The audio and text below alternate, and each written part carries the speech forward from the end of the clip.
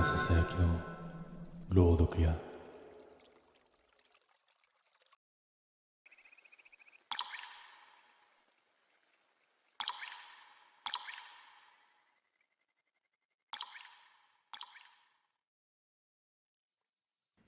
子供の頃、山の奥には絶対に近づくな、そう言われていた。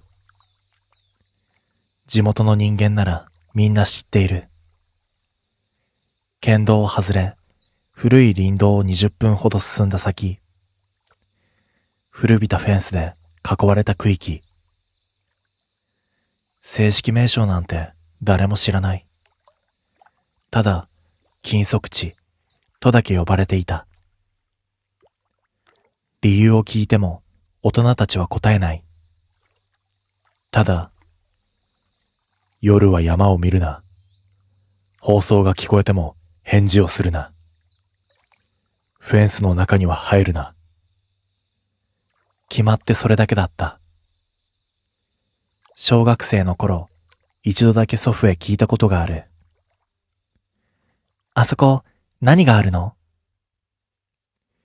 祖父はしばらく黙った後、タバコをもみ消しながら言った。入っちゃいけない場所ではない。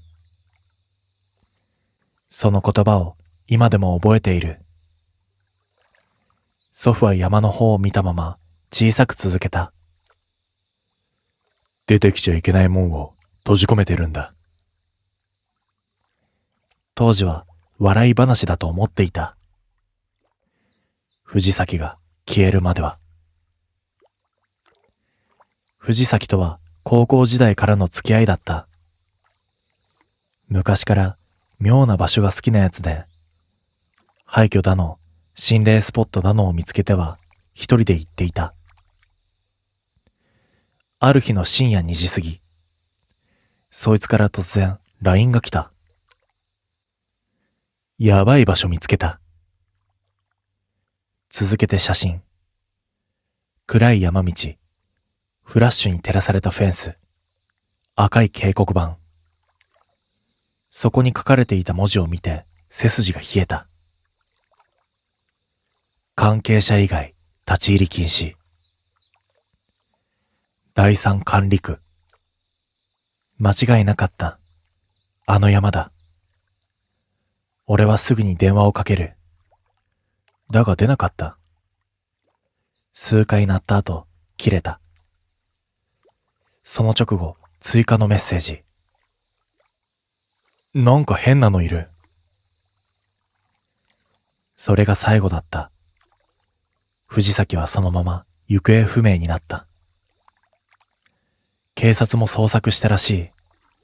だが、数日で打ち切られた。山中での遭難。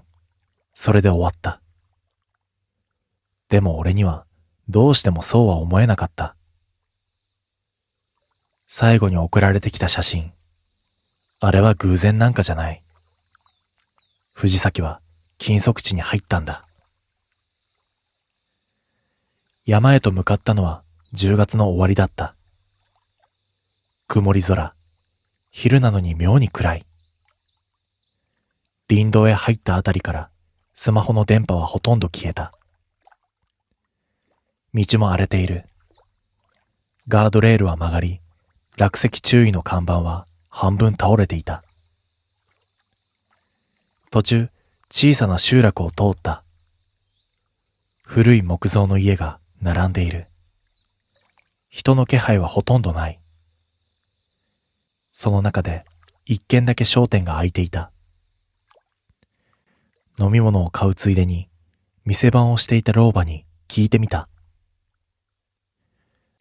この辺りで最近人がいなくなったりしていませんか？すると老婆の手が止まった。奥のテレビだけが小さく音を立てている。しばらくして老婆は俺を見た。妙に冷たい目だった。あんた、どこに行く気だ？ちょっと山を。どこの山だ？答えに詰まった瞬間、老婆の顔色が変わった。やめときな。でも友達が。探さん方がええ。即答だった。あそこに行ったなら、もう戻ったらん。何があるんですか？老婆は黙った。やがて小さくつぶやく。夜になると放送が鳴る。放送？山ん中でな、ずっと。老婆は店の奥をちらっと見た。誰かに聞かれたくないみたいに。呼ぶんだよ。誰を？その時だった。店の奥から老人が出てきた。無言で俺を睨む。それから老婆へ低く言った。喋るな。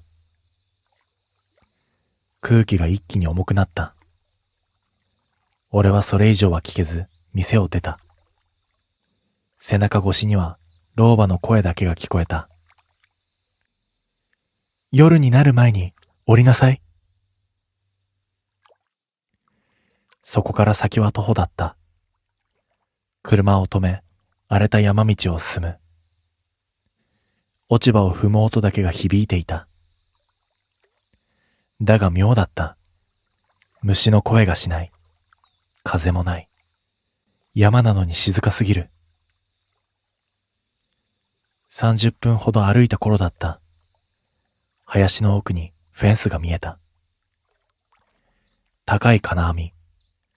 ところどころ無理やり補修されている。その前に小さなプレハブ小屋があった。古い。窓ガラスも薄汚れている。だが煙突から煙が出ていた。誰かいたんだ。気づくと入り口の横の椅子には老人が座っていた。異様に痩せている。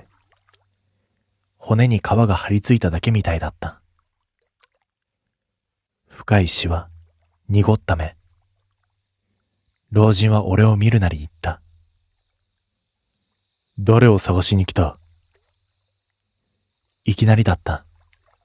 え？名前は？逆らえない声だった。俺は答える。藤崎ってやつなんですけど。その瞬間、老人の顔色が変わった。目に見えて青ざめたんだ。そして小さくつぶやいた。遅かったか。知ってるんですか？老人は答えない。ゆっくり立ち上がるとフェンスの奥を見た。足を引きずっている。今日は帰れ。いや、友達を。帰れ。強い口調だった。その時山の奥からノイズが聞こえた。ガガ。古いスピーカーみたいな音。反射的に振り返る。フェンスの奥、木の間に黒いスピーカーが吊られていた。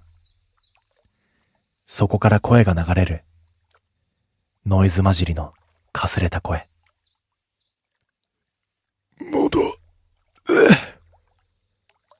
ブツ。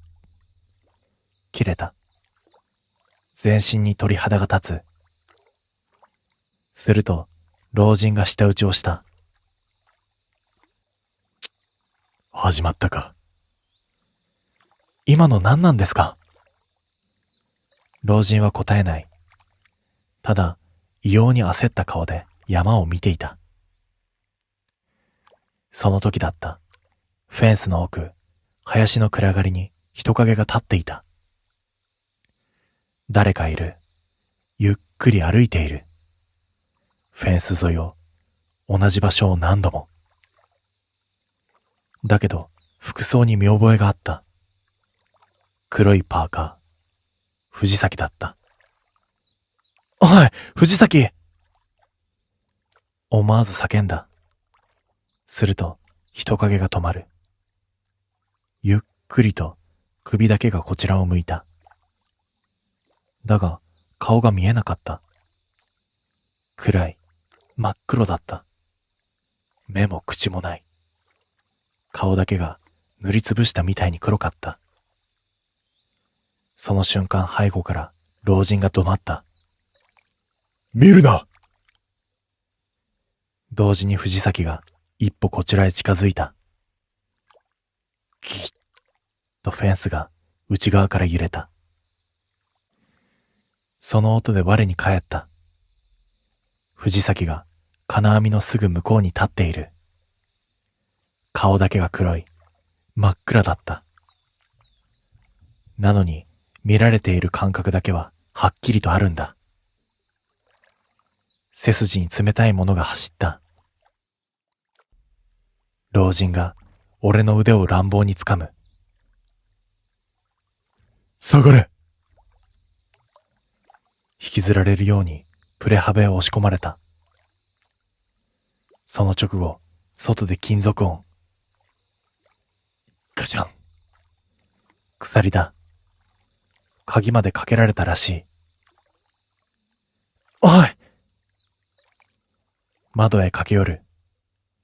だが老人は振り返らない。フェンスの前に立ち、藤崎を睨んでいた。夕暮れの山は異様に暗かった。風もない、音もない。なのにフェンスだけがギシッ、ギシッと揺れている。藤崎が金網に手をかけた。指が異様に長かった。節が多い。爪は泥だらけで何枚か剥がれていた。ギー、ギーと金網がきしむ。すると老人が低い声で何か唱え始めた。方言なのか言葉が聞き取れない。それは祈りみたいだった。すると藤崎の動きが止まる。真っ黒な顔がゆっくりと傾いた。それから後ろへと下がっていく。暗い林の中へ溶けるみたいに消えた。同時に山の放送も止まった。静寂だけが残る。しばらくして扉の鍵が外された。老人は無言で中に入ってくる。顔色が悪い。というより生気がなかった。何日も寝ていない人間みたいだった。その小屋の中は古いカビ臭さが充満していた。机、無線機、山の地図、大量のノート。壁には何枚もの写真が貼られている。どれもぼやけていた。山道、フェンス、そして人影。全部顔が潰れたみたいに黒く映っていた。俺は思わず聞いた。あれって藤崎なんですよね。老人はタバコに火をつける。手が震えていた。もう違うんだ。短かった。違うって。あれはな、人の形を真似とるだけだ。意味がわからなかった。老人はしばらく黙ってはいたが、やがてぽつりと話し始めた。50年以上前、この山の奥には小さな集落があった。だが、大雨で山が崩れた。村ごと土砂に飲まれたらしい。何十人も死んだ。はずだった。死体が足りんかった。老人はそう言った。掘っても見つからない。半分以上が土の下から消えていたんだ。だが数日後、山から帰ってきた。泥だらけの人間が、骨の折れた女が、顔の潰れた子供が。夜中に自分の家に戻ってきた。最初村人たちは生存者だと思った。だが違った。帰ってきたそれは少しずつおかしくなったんだ。喋らない。瞬きをしない。夜中になると庭を掘り続ける。そしてある日、突然また山へと戻った。それが何年も続いた。だから村は山を封鎖した。フェンスを作り、管理人を置いた。出てくるものを監視するために。俺は乾いた喉で聞いてみた。あれ、何なんですか？老人はしばらく黙っていた。その目に浮かんでいたのは恐怖だった。わからん。煙を吐く。だが、死んだ人間の形を覚えるんだ。全身が冷えた。しかも、声も真似るんだ。記憶も少し持っとる。だから呼ぶ。家族を、友人を、山へと。俺は思い出していた。藤崎から最後に来たメッセージ。なんか変なのいる。あいつはあれを見たんだ。そして呼ばれた。その夜老人は俺を小屋に泊まらせた。今から山を降りる方が危ねえぞ。とだけ言われた。そして俺は眠れるわけがなかった。外は完全な闇。窓の向こうにはフェンス。その奥に山。深夜2時頃だった。無線機からノイズが流れた。ザザッ。飛び起きる。老人は椅子に座ったまま目を閉じていた。だが起きている。じっと無線を聞いていた。するとノイズの向こうから声が混じる。寒いよ。女の声。小さい子供みたいな声も聞こえる。ここにいる。開けて。寒い。耳鳴りがした。その時床下から音が鳴った。ドン。全身が硬直する。また、ドン。床の真下。何かがいる。ゆっくり這うような音。ミシ、ミシ。老人が目を閉じたままつぶやく。聞くな。だが次の瞬間、床下から声がした。なあ。聞き覚えがあった。それは藤崎の声だった。いるんだろ血の気が引く。開けてくれよ。床板の隙間に指が入ってきた。泥だらけだった。爪が剥がれている。ぐいっと床板が少し浮いた。俺は悲鳴を飲み込んだ。その瞬間、老人が立ち上がり、床を思いっきり踏みつけた。バン！声が止まる。静寂。老人は荒い息のまま床を睨んでいた。まだ下におる。朝方だった。いつの間にか放送は止んでいた。薄暗い小屋の中で老人がぽつりと言った。お前、もう聞こえ始めとる。何がですか？老人は答えない。だが代わりに古いノートを机へ置いた。表紙にはこう書かれている。管理記録。中には歴代管理人の日誌が残されていた。声が近づいてくる。夜中に窓を叩く。山を降りても戻される。顔が思い出せなくなる。代わりが必要。最後のページ、震える字でこう書かれていた。もう限界。次を入れる。嫌な予感がした。待ってください。老人は俺を見た。それは妙に優しい目だった。すまんな。その瞬間、後頭部に衝撃が走る。視界が暗転した。目を覚ましたとき、小屋の中は静まり返っていた。老人はいない。机の上にはフェンスの鍵、無線機、そして管理記録。そして一枚の紙が置かれていた。もう山が開き始めている。管理を続けろ。絶対に中へ入るな。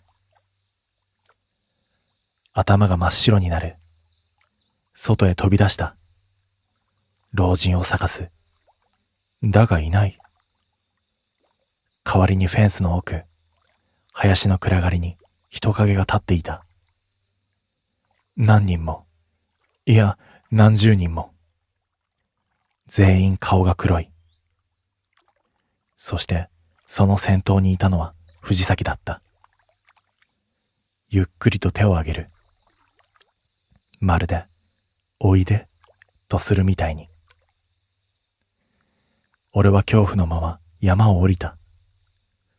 転ぶように林道を走る。車に飛び乗り、エンジンをかける。逃げろ、逃げろ。そう思いながらアクセルを踏んだ。だが、10分ほど走ったところで、俺は気づいた。道がおかしいんだ。見覚えのあるガードレール、崩れた標識、嫌な汗が出る。その先に見えたのはフェンスだった。俺は息を飲んだ。ありえない。確かに山を下っていたはずなのに、また戻っているんだ。混乱したまま、今度は反対方向に走った。だが同じだった。何度走っても、どの道を選んでも、気づくとフェンスの前に戻っている。日が暮れ始めていた。その時、山の奥から放送が流れる。ノイズ、それから、おかえり。全身が凍りついた。プレハブの窓に自分の姿が映る。その顔を見て、俺は呼吸を止めた。頬が異様にこけている。目の下が黒い。俺は、あの老人に似ていた。その夜からだった。毎晩、フェンスを叩く音が聞こえるようになったのは。ギー、ギー。開けろ、開けろ。そう聞こえてくる。季節感も時間も曖昧になっていった。山を降りようとしても必ず戻ってしまう。電話もつながらない。そしていつしか俺は小屋へ住み始めていた。老人がそうだったように。どれくらい経ったのかもうわからない。ある夜、山道の向こうから若者たちの笑い声が聞こえてきたんだ。肝試しだろう。スマホのライトが揺れている。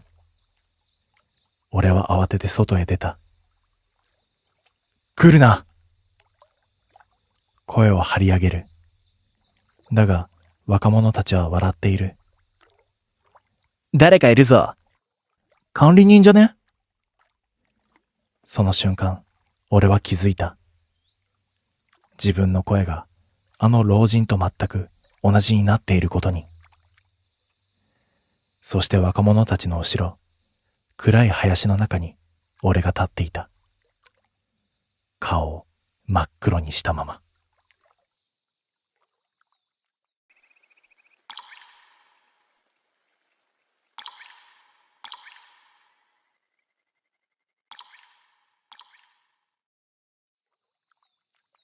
深夜1時過ぎ、俺たちは千葉方面へ向かう国道を遠藤の運転する軽自動車で走っていた。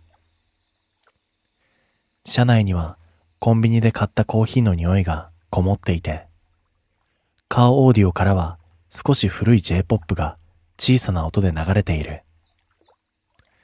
助手席の俺は窓に肘をつきながら流れていく街灯をぼんやりと眺めていました。すると不意に後部座席から工藤の声が飛んできました。なあ、そういやこの前の心霊スポットもやばかったよな。ああ、あの井戸のやつ？俺が振り返ると、工藤はスマホをいじりながらケラケラと笑っている。そうそう。遠藤のあれがなかったら、俺絶対井戸の中で白骨化してたわ。だな。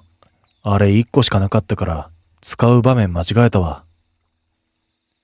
運転席から遠藤が淡々と返すと、工藤はすぐにニヤついた顔になった。あ、遠藤、ツンデレちゃんだな。ここで降ろすぞ。やめてくれよ。今なら野生動物の方がまだ会話通じるぞ。ひってー。俺は思わず吹き出した。こういうやりとりはもう何度目かわからない。工藤が無茶を言い、遠藤が呆れ、俺が横で笑う。それが俺たち三人のいつもの空気だった。ただ最近一つだけ変わったことがあるとすれば、俺たちが行く場所がだんだんシャレにならなくなってきているということくらいだった。最初はただの肝試しだった。ハイトンネルとか夜の墓地とかその程度だ。けれど工藤がオカルトに妙に詳しくなってからは、地元では有名だけどマジでやばい場所みたいなところばかり行くようになった。そしてその度に何かしらが起きる。まあ半分くらいは工藤の自業自得なんだが。つーか、今日はどこ行くん？俺が聞くと工藤は、待ってました。と言わんばかりにスマホを掲げた。実は、もう決めてあるんだ。その顔って、絶対ろくでもない場所だな。大正解。工藤はニヤニヤしながら、スマホの画面をこちらへと向けた。そこに表示されていたのは、八幡の藪知らずという文字だった。なんとなく聞いたことはあった。確か千葉にある有名な金属地だ。藪知らず？俺が聞き返すと、工藤はテンション高めに説明を始めた。さあ、千葉で有名なやつ。入ったら二度と出てこれないって言われている場所。また始まったよ。いやいや、これマジだから。昔から神隠しの話、めちゃくちゃ多いらしくてさ。今でも柵で囲われてるんだぜ。入れないなら終わりじゃん。ところがどっこい。工藤がにやりと笑った。入ろうと思えば入れるんだよ。お前、絶対入る気だろ。ちょっとだけな。そのちょっとで毎回死にかけてんだよ。俺が呆れ半分で言うと、工藤はケラケラ笑った。ただ、その時だった。運転席の遠藤がバックミラー越しに一度だけ工藤を見た。八幡の藪知らずか。小さくつぶやくような声だった。遠藤、知ってんの？名前だけな。へえ、珍しくね。遠藤が知らないとかあるんだ。別に、オカルト博士じゃねえよ。でも詳しいじゃん、毎回。お前が調べなさすぎんだよ。いつもの調子で返してはいたが、遠藤はそれ以降、ほとんど喋らなくなった。車はそのまま市川方面へ向かって走り続ける。途中でコンビニに寄ったり、工藤が変なエナジードリンクを買って1時間ほど走った頃だった。街の景色が少しずつ変わり始めた。大きな道路沿いの店が減り、古い住宅街が増えていく。時間が時間なだけに人通りもほとんどなく、時折コンビニの明かりが見えるくらいだった。こんなところにあるの？俺が窓の外を見ながら言うと、工藤がスマホを確認しながらうなずいた。もうすぐっぽいぞ。やがて遠藤がスピードを落とした。ここか？道路脇、住宅街の途中、そこだけぽっかりと黒い穴みたいな空間があった。最初の感想は思ったより小さいだった。もっと山みたいな場所を想像していたが、実際は木々に囲まれた小さな藪のような場所だった。周囲には普通に民家が並んでいて、すぐ近くには自販機まである。なのに、その場所だけ妙に暗い。街灯の光は確かに届いているはずなのに、藪の中だけが光を吸い込んでいるみたいに沈んで見えた。周囲は高い柵で囲われていて、立ち入り禁止の看板がいくつもぶら下がっている。おー、これこれ。工藤は完全にテンションが上がっていた。一方遠藤はエンジンを切ろうとしない。見たんなら帰るぞ。せっかく来たんに？おめえ、どうせ入る気だろ。ちょっとだけ。ダメだ。工藤は不満そうに唇を尖らした。冷てえなあ。おめえが毎回問題を起こすからだろ。俺は窓越しに藪を見る。本当に大した広さじゃない。せいぜい小さな公園くらいだ。こんな場所なんかで迷うわけがない。なのに見ていると妙に落ち着かなかった。藪の奥がやけに深く見える。木々の隙間にある暗闇がどこまでも続いているような気がするんだ。なあなあ。遠藤が言った。3分だけ。ダメ。2分。ダメ。1分。子供かお前は。工藤は笑いながらドアを開けた。おい。俺が止めるより早く工藤は車を降りていた。すぐ戻るって。そう言いながら柵の切れ目へ向かって歩いていく。するとその時だった。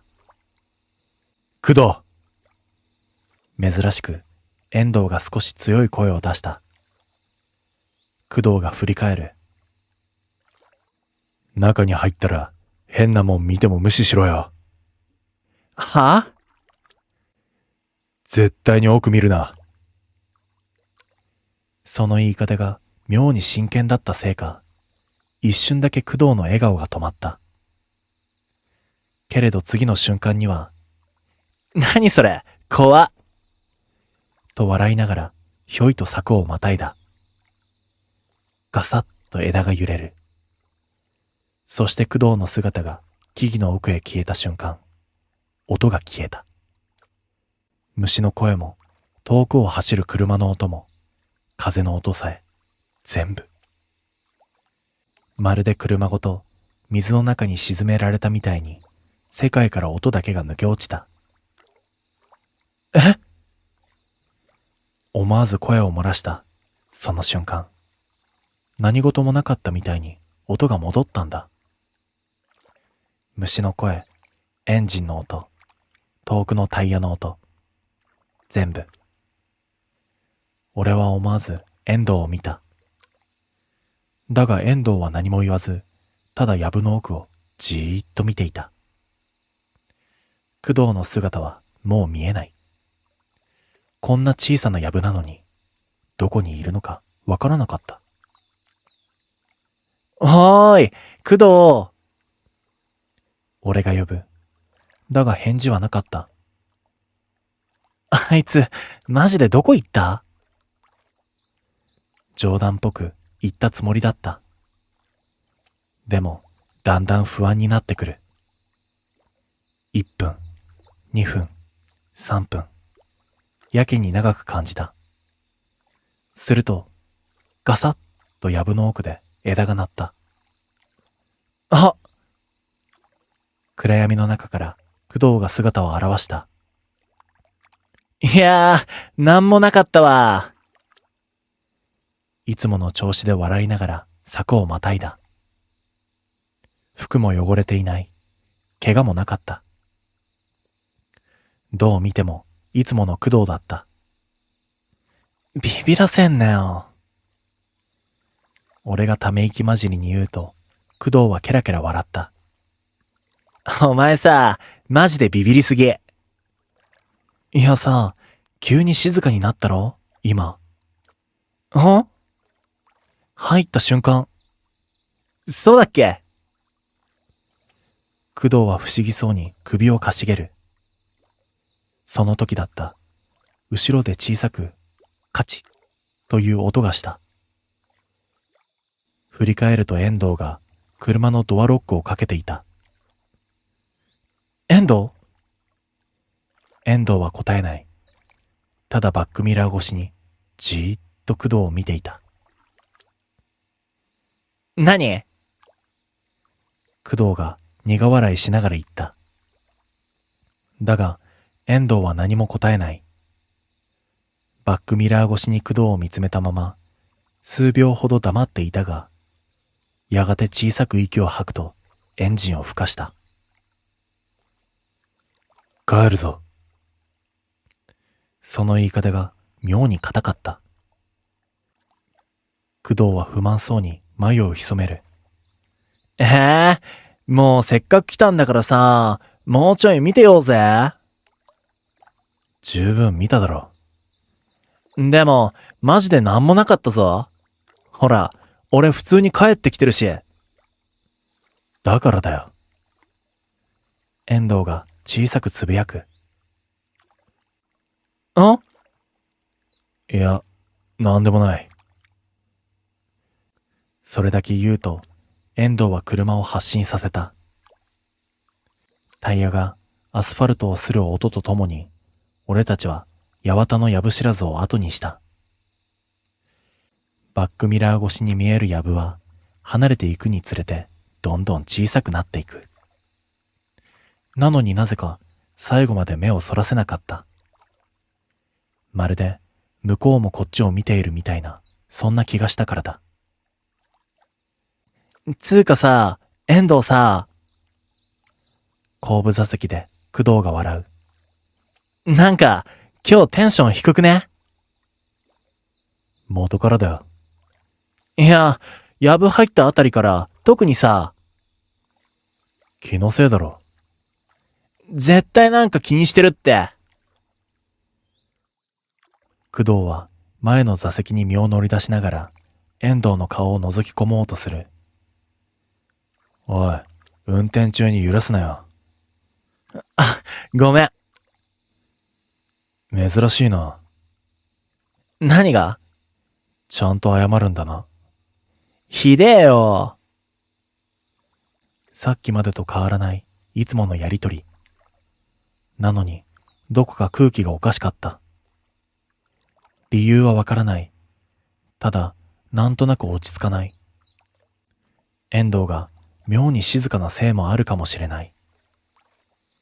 さっきからバックミラーを確認する回数もやたら多かった。なあ。俺は後ろを振り返った。藪の中、どうだった？工藤はスマホをいじりながら首をかしげる。別に普通、暗かったくらいかな。奥ってどうなってた？覚えてねえな。覚えてない？いやー、なんかさ、思ったより狭かったんだよ。だからすぐに戻ってきた。でも、姿見えなかったぞ。ああ、木が多かったからじゃね？そう言って工藤は笑う。だがその時、遠藤がぼそりと言った。お前、右から出てきたよな。え？やぶ。工藤は、きょとんとした顔をした。そうだっけ？俺たちが見ていた位置からだと、お前は左に入った。工藤は少し考える素振りを見せた後、あっけらかんと笑った。中で方向わかんなくなったんじゃね？お前さっき狭かったって言ったろ。え？狭え場所で迷うのか。車内が少し静かになった。工藤は笑ったまま黙り込んだ。俺は思わず遠藤を見る。その横顔はいつになく真剣だった。遠藤、お前何か気づいてんの？俺が聞くと、遠藤は少し間を置いてから口を開いた。いや、別に。いや、絶対別に、じゃないだろう。考えすぎだ。そう言って会話を切る。だが明らかに様子がおかしいんだ。工藤もそれを感じたのか、珍しく少しおとなしくなっていた。しばらく沈黙が続く。車は人気のない道路を走り続け、街灯がフロントガラスを一定の間隔で流れていく。やがて工藤が、あっと声を上げた。そういや、動画撮ってたわ。動画？そう、やぶ入る時の、ほら。工藤はスマホを前に突き出してくる。画面には、やぶに入る直線の映像が映っていた。手ぶれだらけの動画。工藤の笑い声。暗いやぶ。うわぁ、思ったより暗いな。お前、よくこんなところに入ったな。だから面白いんだろう。動画の中で工藤が坂をまたぐ。その瞬間、映像が一瞬だけ乱れた。ん？ノイズ。ほんの一瞬。画面全体がザッと乱れて、音声も途切れる。電波悪かったんじゃね？工藤は気にしていない様子だった。だが遠藤が、止めろと言った。え？今んところ戻せ。工藤が巻き戻す。ノイズの瞬間で止める。車内が静かになる。画面の中、ノイズに混じって一瞬だけ何かが映っていた。藪の奥、木の隙間。そこに工藤が立っていた。は？俺は思わず声を漏らした。動画の工藤はスマホを持って撮影している。なのに、藪の奥にもう一人。同じ服、同じ顔、同じ工藤が。暗闇の中からじっとカメラを見ている。数秒、誰も喋らなかった。いや、え？俺は何と言えばいいのかわからなかった。見間違い？ノイズ？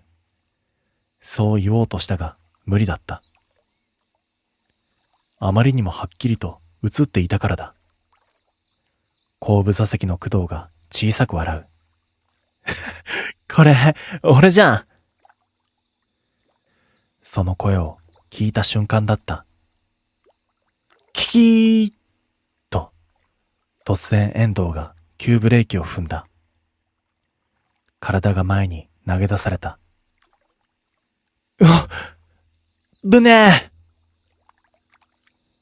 タイヤが悲鳴みたいな音を上げた。そしてヘッドライトの真正面に誰かが立っていたんだ。俺は息を飲む。そこにいたのは工藤だった。急ブレーキの反動で俺は思いっきりダッシュボードに肩をぶつけた。後ろでは工藤が「いってー!」と情けない声を上げている。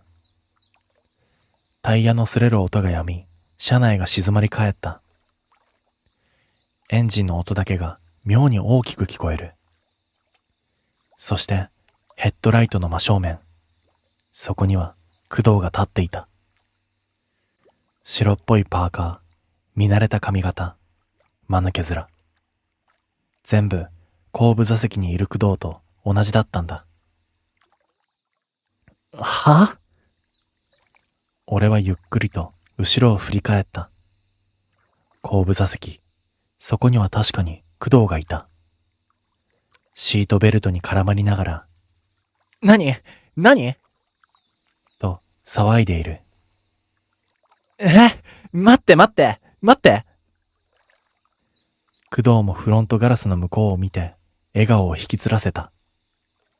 俺じゃん。誰も動かなかった。道路の真ん中に立っている工藤は、じっとこっちを見ている。ヘッドライトの光を真正面から浴びているはずなのに、なぜか顔だけが妙に暗く見えた。そして次の瞬間、そいつが一歩車に近づいた。遠藤！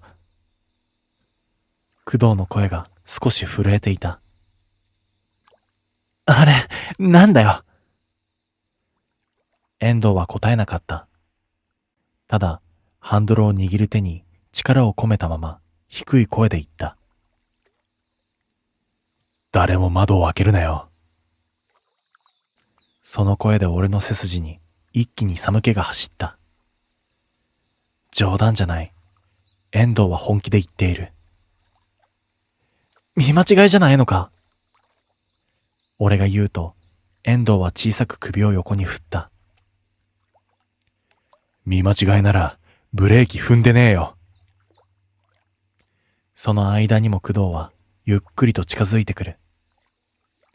一歩、妙に歩き方がぎこちなかった。足を引きずるわけでもないのに、動きだけが不自然だった。まるで歩き方だけを真似しているみたいな。おい！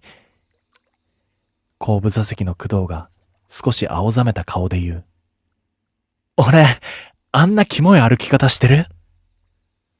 黙ってろ。遠藤は短く言った。その時だった。ヘッドライトの中の工藤が急に笑った。口だけで、頬だけで。顔の他の部分は動いていないのに、口元だけがぐにゃっとつり上がった。俺は思わず息を飲んだ。あの笑い方、どっかで見た。いや、違う。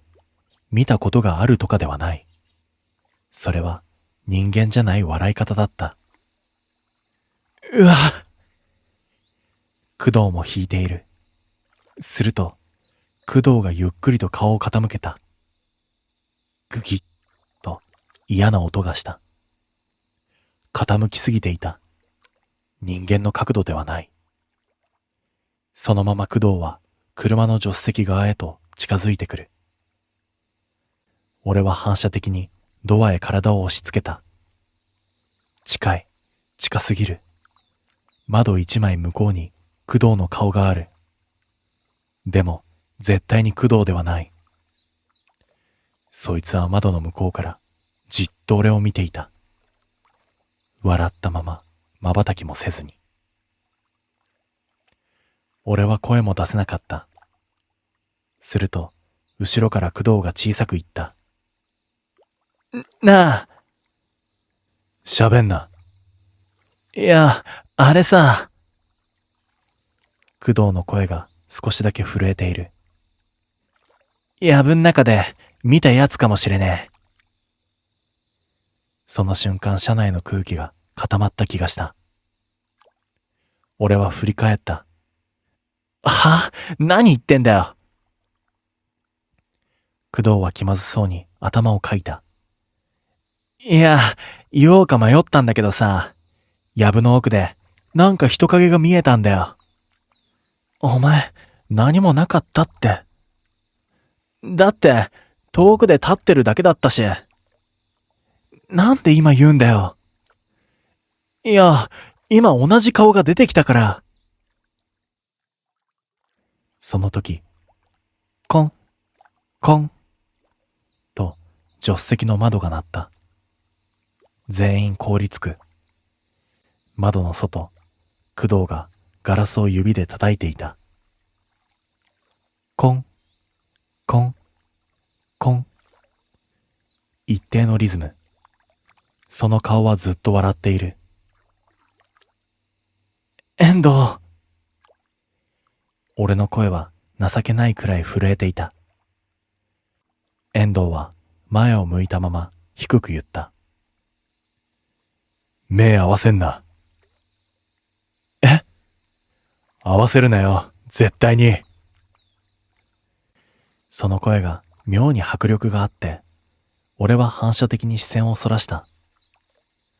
するとその瞬間、バンと突然、工藤が窓に顔を叩きつけた。ああ！俺は情けない悲鳴を上げる。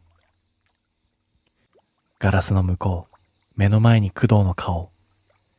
だが、近くで見ると完全に違ったんだ。顔のパーツの位置が微妙にずれている。目が少し低い。口が広すぎる。そして皮膚が妙に白い。それは工藤っぽい何かだった。そしてそいつはガラス越しに笑いながら口を動かしたんだ。入れて。その瞬間、遠藤がアクセルを踏み込んだ。軽自動車が急発進する。タイヤが滑り、車体が揺れる。俺は振り返った。ヘッドライトの向こう、道路の真ん中に工藤が立っている。笑ったまま、首を傾けたまま。そして車が離れていく最後の瞬間、そいつの後ろ、道路脇の暗い林の中に同じ顔がもう一つ見えた。俺は思わず前を向く。それ以上見たくなかった。そして車内ではしばらく誰も喋らなかった。遠藤だけが無言でハンドルを握っている。工藤も珍しく静かだった。やがて10分ほど走った頃、ようやく工藤が小さく息を吐いた。はぁ、いやー。その声に俺は少しだけ安心しかけた。だが次の言葉で全部吹き飛んだ。俺、結構ガチで惹かれたと思ったわ、今。うるせえよ。俺は思わず叫んだ。こっちはマジで心臓止まりかけたんだぞ。だって、俺の顔だったじゃん。ちょっと面白くね？全然面白くねえよ。後ろで工藤がケラケラ笑う。その笑い声を聞いて、ようやく少しだけ現実感が戻ってきた。そして遠藤がため息混じりに言う。はあ、おめえは一回ちゃんと惹かれろ。遠藤、ひでえよ。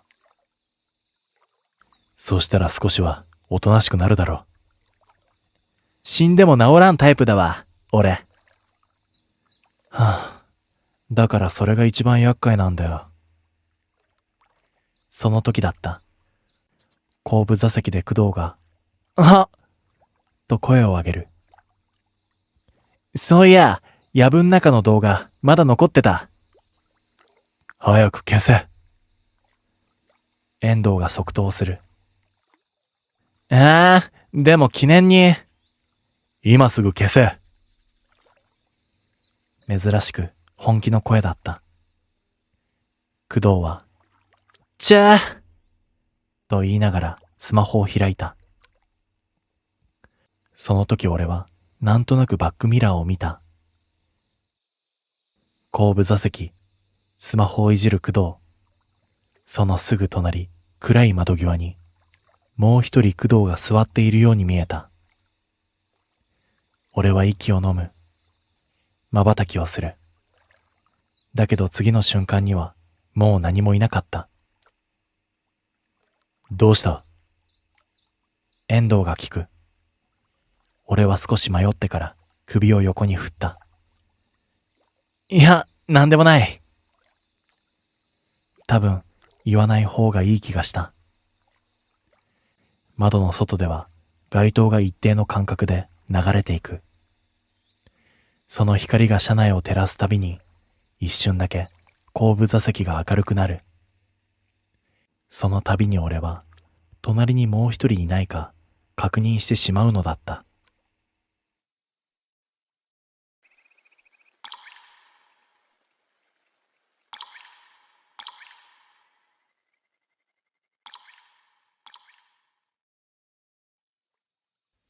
これは俺が大学4年の冬に体験した話です。今でも1月24日が近づくとあの夜のことを思い出します。潮の匂い、暗い海、そして赤い帆を張ったあの船のことを。その年の1月、俺たちは卒業前の旅行で伊豆大島へと来ていた。メンバーは男3人。俺と、圭介と、真治。圭介は昔から騒がしいやつで、どこに行っても場を回すようなタイプだった。対して真治は静かだった。別に暗いわけではないんだけど、人より空気の変化に敏感なやつで、昔から妙に勘が鋭かった。旅行自体は普通に楽しかった。昼間は観光して、飯を食って、温泉入って。どこにでもあるような大学生の最後の旅行だったと思う。問題は最終日の夜だった。フェリーが翌日の朝だったから、俺たちは時間を持て余していた。酒を買おうにも近くの店は閉まっている。暇つぶしに、レンタカーで島を回ろうという話になった。正直、その時点では何も特別な感じはなかった。ただ、島の夜って本当に暗いんだ。街灯が少なくって、車のライトが届く範囲しか見えない。片側は山、もう片側は海。窓を少し開けると、潮の匂いが流れ込んでくる。圭介が助手席であくびをした。島って夜になると急に怖くなるな。お前、昼間ははしゃいでたじゃん。昼は観光地だけど、夜は違うだろう。なんか出そうじゃん。そう言って笑う。後ろではシンジがずっとスマホを見ていた。でも電波が悪いのか、何度も画面を見直している。県外？俺がそう聞くと、シンジは、ああ、とだけ答えた。ただ、その顔色が少し悪い気がした。その時は、疲れてるのかな？くらいにしか思わなかったんだけど。しばらく走っていると、圭介が急に声を上げた。あれ見て。道沿いの民家だった。軒先に丸いザルが吊るされている。古い竹ザルだった。最初は気にしなかった。でも、その次の家にも、さらに次の家にも、同じようにザルが吊るされていた。それだけではない。全部、海側へ向けて吊るされていたんだ。まるで何かを見張るみたいに。なんだこれ。俺が言うと、圭介が笑った。魔除けとかじゃね？その瞬間だった。カーラジオに突然、ザーッというノイズが走った。かなり大きな音だった。うわっと、圭介がビクッと肩を揺らす。雑音の中で一瞬だけ女の声が聞こえた。一つ。小さな声だった。湿った耳に張り付くみたいな声。でも次の瞬間にはノイズが消えて普通のラジオに戻った。車内が妙に静かになる。なあ、今の聞いた？俺が言うと圭介は苦笑した。電波悪いだけだろ。でもシンジは何も言わなかった。窓の外を見たままずっと黙っている。その横顔が妙に硬かった。気づけば道はかなり細くなっていた。街灯も減っている。海が近い。窓の外からは波の音だけがやけに大きく聞こえてくる。その時だった。シンジが小さくつぶやいた。いた。え？左。俺は反射的にブレーキを踏みかけた。ヘッドライトの端、海沿いのガードレールの向こうに人が立っていた。女だった。白い服を着ている。長い髪。そして裸足だった。海の方を向いたままじっと動かない。こんな時間に？しかも、あんな場所で？圭介が小声で言った。なんか、やばくね？俺は無言でアクセルを踏み込んだ。通り過ぎる瞬間、女の足元が見えた。服の裾から水が滴っていた。まるで海から上がってきたばかりみたいに。数秒後、圭介が変な声を出した。なんだよ。バックミラー。言われて俺は鏡を見る。後方の暗い道。そこにさっきの女が立っていた。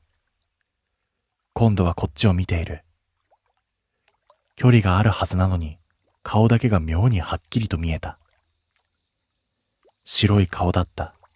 そして、女の口がゆっくりと動く。二つ。その瞬間、べちゃっと後部座席の窓に濡れた手形が張り付いた。シンジが短く息を飲む。俺は反射的にアクセルを強く踏み込んだ。エンジンの音が大きく響く。でも嫌な感じが消えない。まるで何かがまだ車のすぐ後ろにいるみたいだったんだ。誰も喋らなかった。さっきまでうるさかった圭介でさえ黙っている。タイヤの音と波の音だけが続いていた。そのうち俺たちは道に迷ってしまった。ナビがおかしい。同じ場所を何度も回っている気がする。スマホも圏外。街灯はどんどん減っていく。なのに波の音だけが近い。妙に近かった。そして前方に急に開けた場所が見えた。小さな港だった。古びた防波堤に錆びた街灯。昼間なら漁船でも止まっていそうな場所なのに、その時は一隻もなかった。ここ、どこだよ。圭介が小さくつぶやく。さっきまでの軽口はもう消えていた。俺も正直焦っていた。同じ道を何度も走っている気がするし、スマホも圏外のまま。一回落ち着こうと思って、俺は車を港の脇へ止めた。エンジンを切る。その瞬間だった。静けさが一気に押し寄せてきた。いや、完全な無音じゃない。音はあった。カン、カン。どこかで金属が揺れる音。船をつなぐ金具みたいな、そんな音だった。でも港には船なんて一隻もない。風も吹いていない。なのに、その音だけが一定の間隔で鳴り続けていたんだ。窓の外は真っ暗だった。海と空の境目もわからない。ただ、湖の匂いだけが異様に濃いんだ。生臭いくらいだった。その時、後部座席のシンジが小さく言った。あれ何？声がかすれていた。シンジはフロントガラスの向こう、沖を見ている。俺とケイスケもつられて視線を向けた。だけど最初、それが何なのかわからなかった。船の上に赤いものが浮かんでいる。暗闇の中でぼんやりと。まるで海に血が滲んでいるみたいだった。数秒遅れてそれが帆だと気づく。船だった。赤い帆を張った船。それがゆっくりとこちらに近づいてきている。なんだあれ。圭介がつぶやく。でも次の瞬間、俺はその船のおかしさに気づいた。揺れていないんだ。海には波がある。防波堤にも一定のリズムで波が当たっている。なのにその船だけがまるで別の場所にいるみたいに静止していたんだ。いや、違う。止まってるんじゃない。滑っているんだ。海の上を音もなく。ゾッとした。普通じゃない。その異様さに気づいた瞬間、全身の毛が逆立った。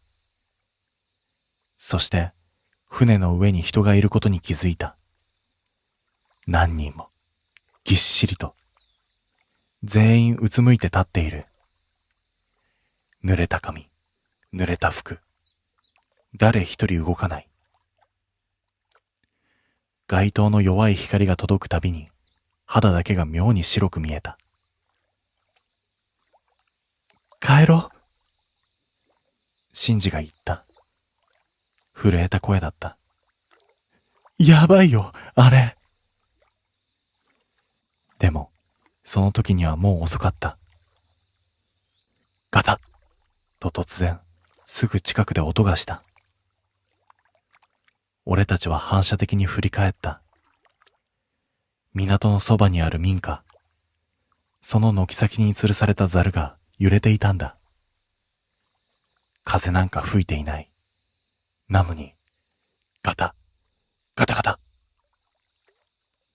次の瞬間だった。周囲の家々のザルが一斉に鳴り始めたんだ。ガタ、ガタガタガタガタガタ。港中に響く。乾いた音。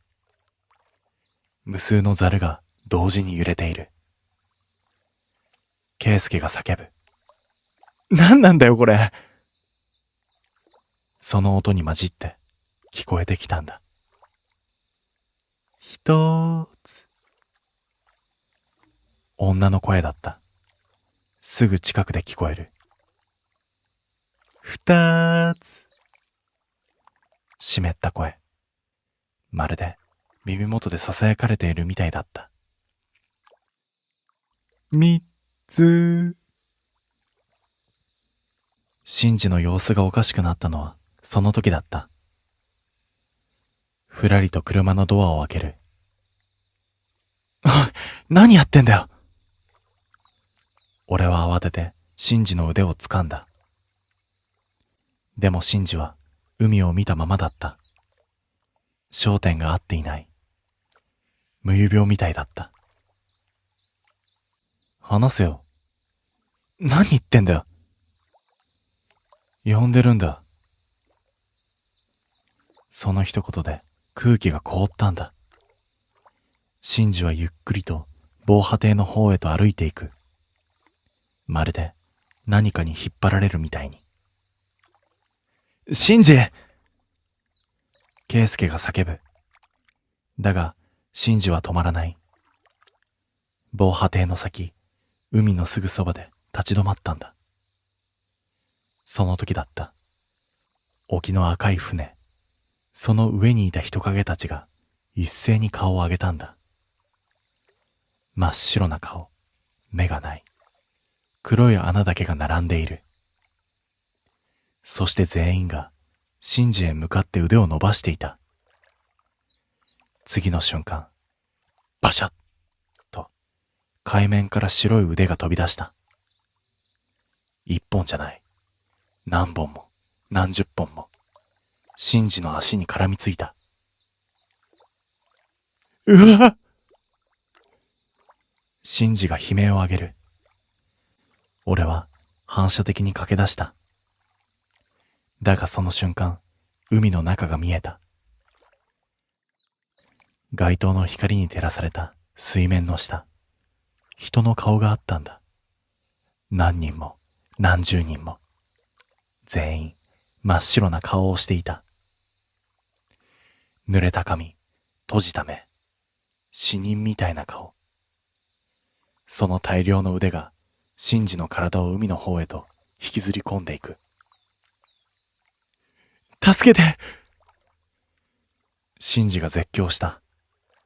その声が夜の港に響いた。でも次の瞬間、シンジの体が一気に海へ沈んだんだ。バシャンと大きな水の音。そして静寂。残ったのは海の音だけだった。数秒間俺たちは動けずにいた。シンジが沈んだ海をただ見ていたんだ。波だけが揺れている。さっきまであんなにたくさん見えていた白い腕も人の顔も全部消えていた。まるで最初から何もなかったみたいに。シンジ！ケイスケがつぶやく。声が震えていた。返事はない。海は暗いままだった。その時、ペチャッとすぐ後ろで水の落ちる音がした。俺たちは同時に振り返った。誰もいない。なのに地面に濡れた足跡があった。海の方からこっちへ続いているんだ。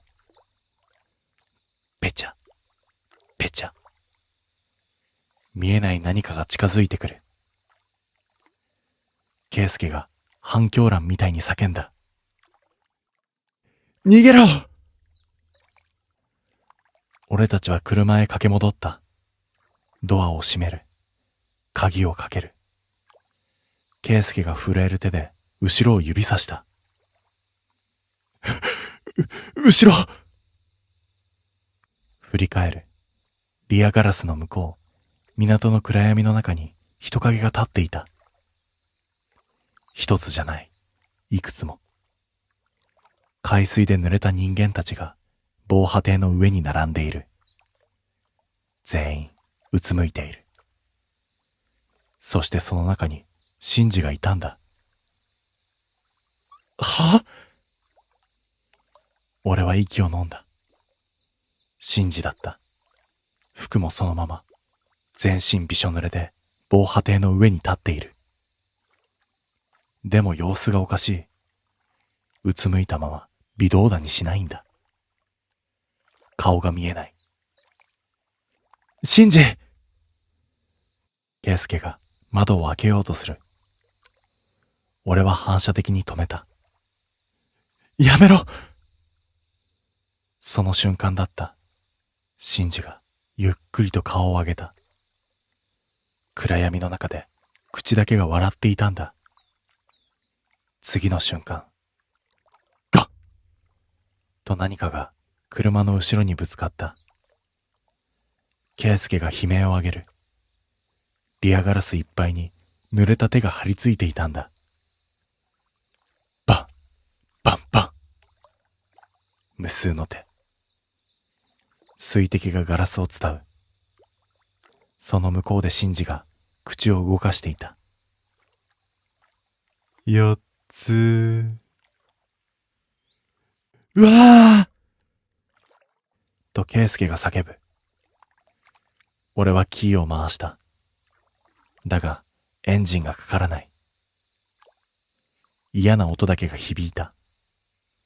その間にも、ペチャ、ペチャと濡れた足音が車の周囲を回っている。ケイスケは泣きそうな声だった。無理だ、無理だって。その時だった。港中のザルが一斉になった。ガタガタ、ガタガタガタガタガタ。耳を塞ぎたくなるほどの音だったんだ。そして女の声。すぐ近くで聞こえた。5つ。同時にエンジンがかかった。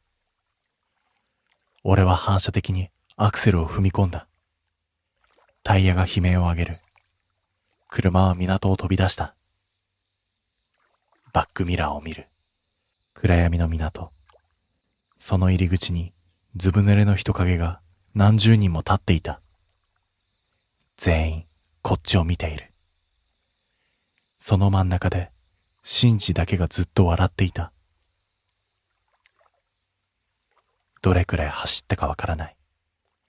気づけば俺たちは島の小さな駐在所へ駆け込んでいた。ケイスケなんか半泣きだった。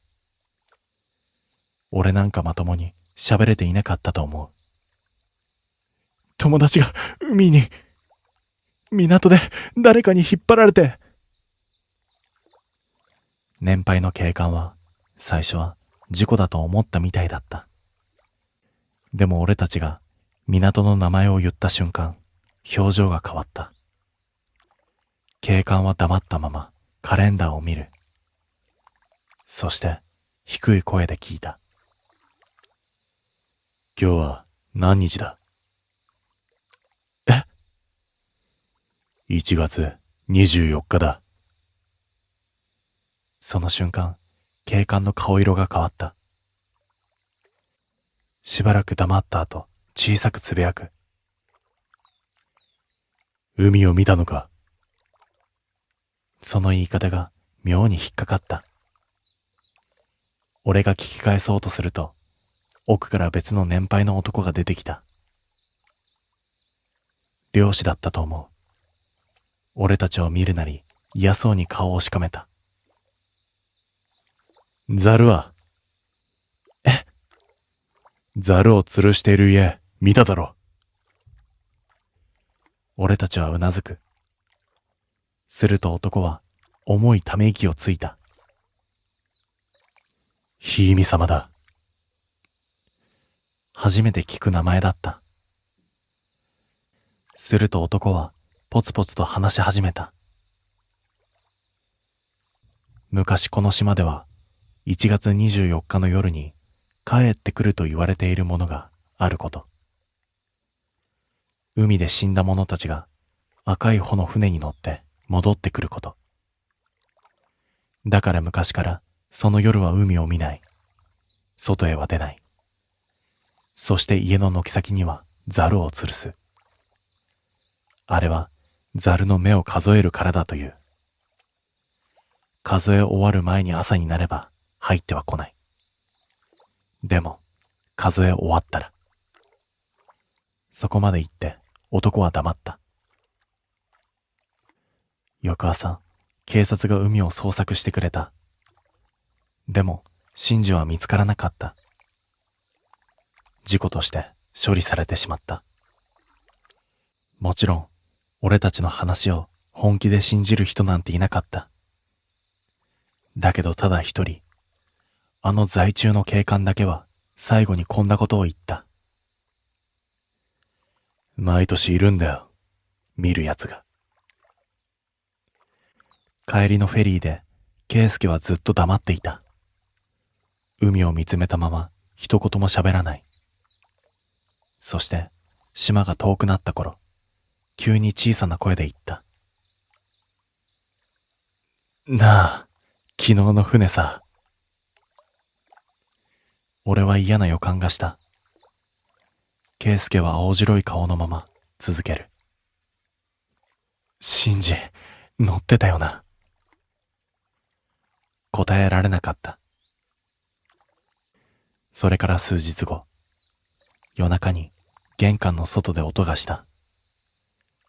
カラ、カラカラ。乾いた音。俺は嫌な予感がした。恐る恐る玄関を開ける。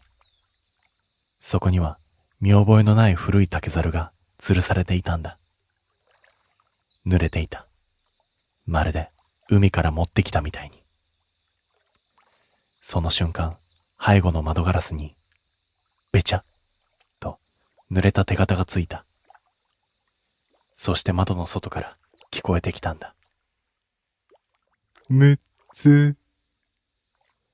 俺は振り返れなかった。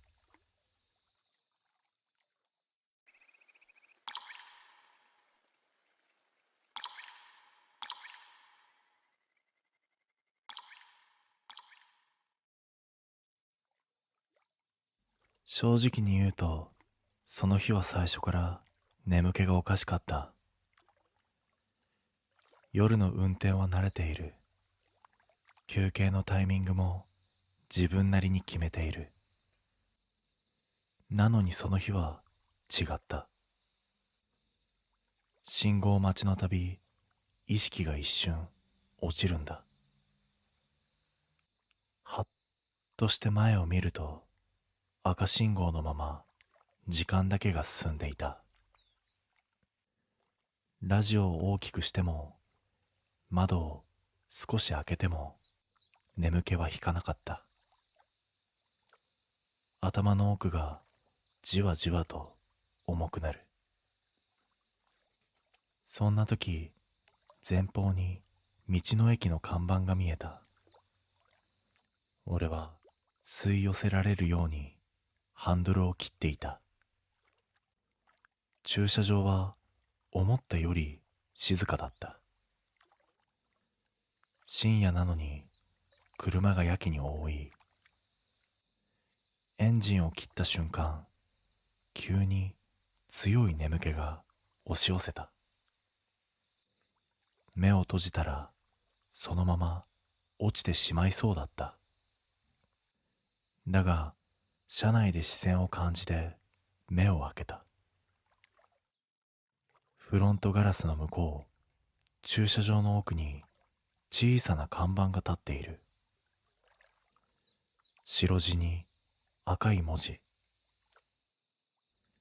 車中泊禁止区域。妙に目に入る。この広さでわざわざ深夜に強調する必要があるのか。そう思って車内に戻っても、その文字が頭から離れなかった。まぶたが重くなる。ほんの数分だけ休もう。そう思った瞬間、ドアの外で音がした。一つ、また一つ。ゆっくりと車の周りを回っている。ミラー越しに見ると誰もいない。なのに足音だけは止まらなかった。その時、看板の文字がふと違って見えた。眠るな。そう書かれているように見えたんだ。エンジンは切ったままなのに、車内がやけに暖かい。窓は閉めている。ヒーターも入れてない。それでもまぶたが勝手に下がってくる。目を閉じるたびに夢とも現実ともつかない映像が浮かんでは消えた。駐車場、同じ車、同じ看板。何度も同じ場面に戻される。はっとして目を開けると数分しか経っていない。時計はほとんど進んでいなかった。外を見る。さっきまで見えていた車中泊禁止区域のあの看板が少し近づいている。気のせいだと思って視線をそらす。だが別の場所にあるはずの看板もすべて同じ距離に見えた。まるで車を中心に円を描くように配置されている。その円の外側、暗がりの中に人影があった。立っているのか座っているのかわからなかった。ただこちらを向いている。数を数えようとしてやめた。眠気が急に強くなる。その時、頭の中で誰かの声がした。少しだけでいい。目を閉じろ。その声は自分のものだった。ドアに手を伸ばし、外に出ようとした。だが、体が思うように動かなかった。代わりに視線だけが勝手に看板へ向いたんだ。文字が変わっていた。車中泊禁止区域。その下に小さな文字が増えていた。代わりにここで休め。ゾッとするより先に理解してしまった。この場所は休ませるための場所ではない。起こさないための場所だったんだ。眠ったまま動かなくなった車が周囲に多い理由。ナンバープレートが汚れていた理由。その時、隣に止まっていた車の中で誰かがゆっくりとこちらを見た。目を閉じたまま。その顔が自分とよく似ていたんだ。俺は耐えきれずハンドルを強く握った。このまま目を閉じたら戻れない。理由はわからないが、それだけははっきりしていた。ドアを開け、外の冷たい空気を吸い込んだ。一瞬眠気が引いた。だが駐車場の光景を見て足が止まる。すべての車の中で誰かが眠っている。シートに倒れ、ハンドルにもたれ、同じ姿勢で。どの顔も安らかだった。不自然なほどその中心にあの看板が立っていた。看板の裏側に別の文字が書かれている。風に揺れて一瞬だけ見えた。気象不可。その瞬間、地面に細い白線が浮かび上がった。白線は眠っている車を囲み、自分の足元まで伸びてきた。俺は線を越えたら終わってしまうと直感した。必死に線の外へ一歩踏み出す。その瞬間、背後でエンジン音が鳴り出した。誰も乗っていない車が一斉にライトをつける。眩しさの中で眠っていた顔が同時に目を開けた。こちらを見る。瞬き一つせずに。その時、声が重なって聞こえた。戻れ。まだ休める。足元の白線がじりじりと近づいてくる。俺は転げるように車へ戻り、エンジンをかけた。タイヤが鳴り、白線を踏み越える。その瞬間、すべてが消えた。気づくと、普通の国道を走っていたんだ。看板も駐車場もなかった。俺は後日、あの道の駅を調べた。そこは正式な休憩施設ではなく、昔仮眠中に起きなくなる事例が相次ぎ、封鎖された場所だった。車中泊禁止区域という表示は注意ではない。選別だ。眠っていい人間と起きたまま逃げられる人間を分けるための。今も夜の道を走ると、あの看板が視界の端に現れる。眠気が強い日ほどはっきりと。だからもし見つけても絶対に車を止めないでほしい。あそこは休む場所ではない。目を閉じた人間を置いていく場所なんだ。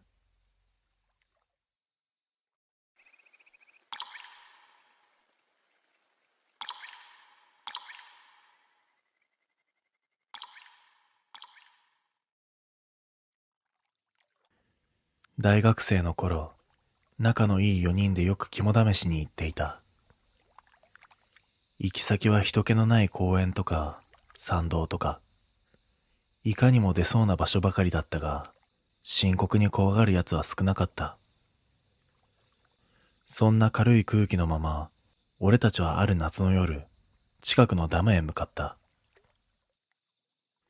夜のダムって、やべえらしいぞ。誰かが軽いノリで言い出し、それに乗る形で行くことにした。当時は、ただの遊びだと思っていた。そのダムは市街地から外れた山の中にあり、街灯もほとんどない。堤防の上は広いが、夜になると湖面も空も黒一色で、境目すらわからない。駐車場に着いた瞬間、誰も笑わなくなった。空気が重かったんだ。風の通り道なのになぜか音がしない。4人で懐中電灯を持って堤防へ向かった。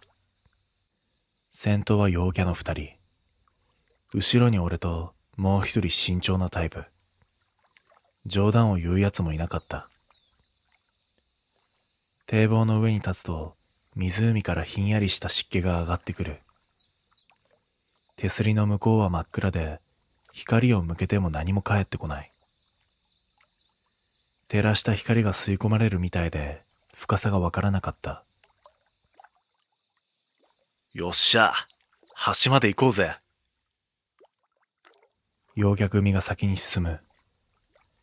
俺たちは距離を保ちながらついていった。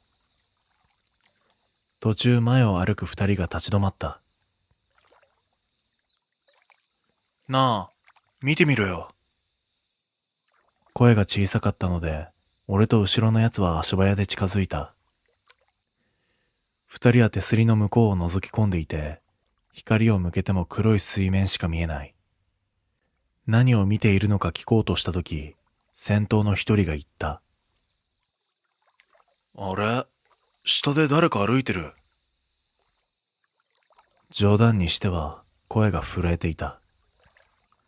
俺は冗談じゃないと直感した。手すりの真下に人が歩ける場所なんてない。強いライトで照らしたが、やっぱり何も見えない。仲間の一人が小さな声で言った。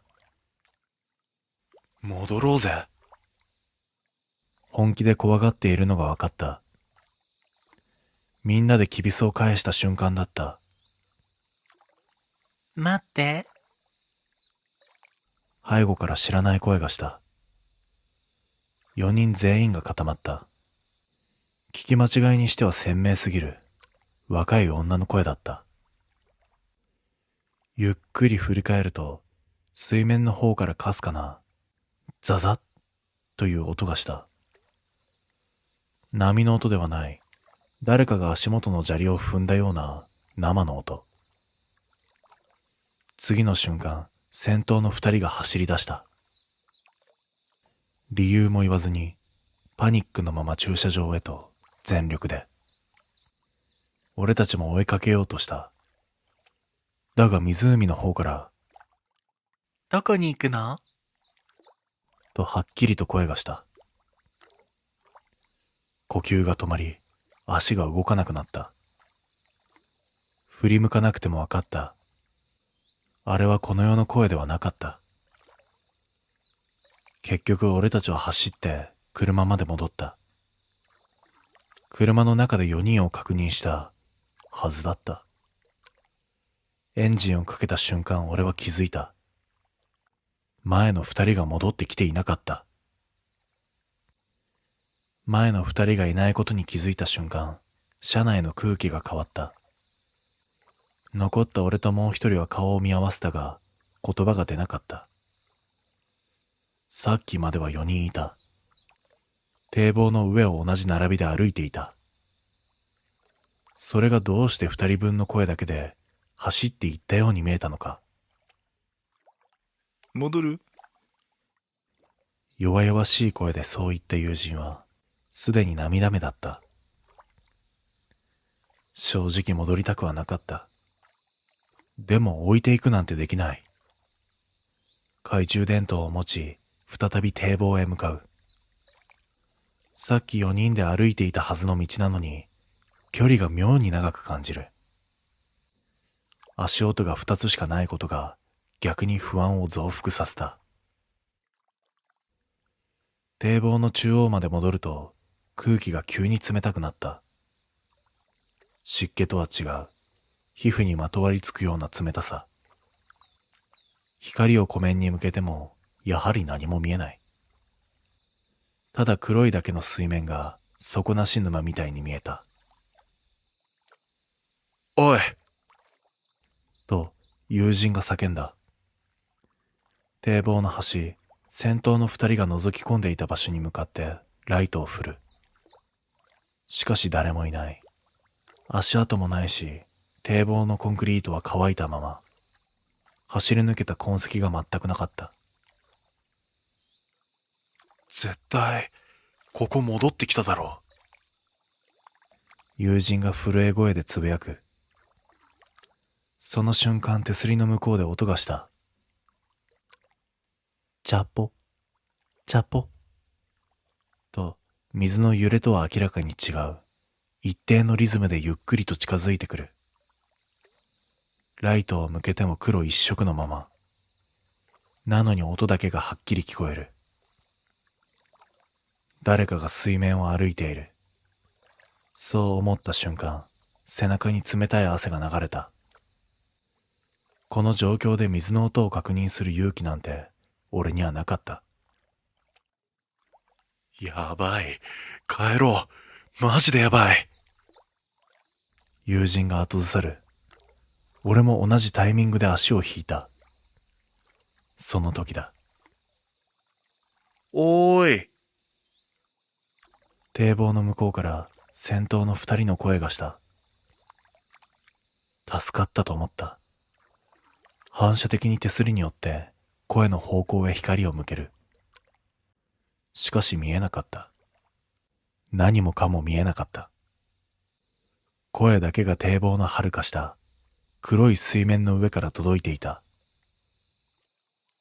おーい。先、行ってるから。その声はいつもの調子なのに、どこか引きずられているように不自然だった。湖面の奥に向かって沈んでいくような、ゆっくりした響き。友人が俺の腕を掴んだ。振り返ると涙をこらえている。あの声、上からじゃない。下から聞こえる。言われて気づいた。確かに声が真下から響いている。手すりのすぐ真下。続いた声は聞き慣れたものではなかった。音の奥に別の声が混じっていた。低い声、濁った声、まるで誰かの喉に手を突っ込んだような泡の混じる声。おーい、おいでよ。俺たちは一斉に駆け出した。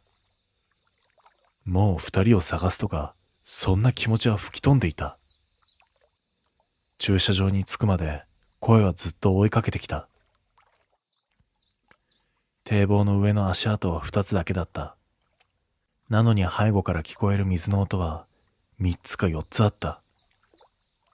車に飛び乗った瞬間、湖の方から最後に響いた声を俺は今でも忘れられない。二人、返さないぞ。駐車場から離れようとエンジンをかけたが、友人の手が俺の腕を強く掴んだ。待て。あれ見て。震える指が指した先、堤防の上に二つの明かりが並んでいた。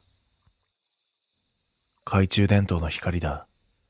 さっき走り出した二人が持っていたもの。だが光の揺れ方がおかしい。左右に振られるでもなく、誰かが足元を照らすように上下するでもない。手すりの外側でふらふらと浮いている。まるで人の腕ではなく、湖から突き出した棒にくくりつけられたみたいに。なんで、外にあんだよ。友人が泣きそうな声でつぶやく。堤防の外側に人が立てる場所なんてない。それなのに懐中電灯だけがそこにあった。光がゆっくりと揺れた。そして二つ同時に傾いた。その動きは人の体が横に倒れる角度そのものだった。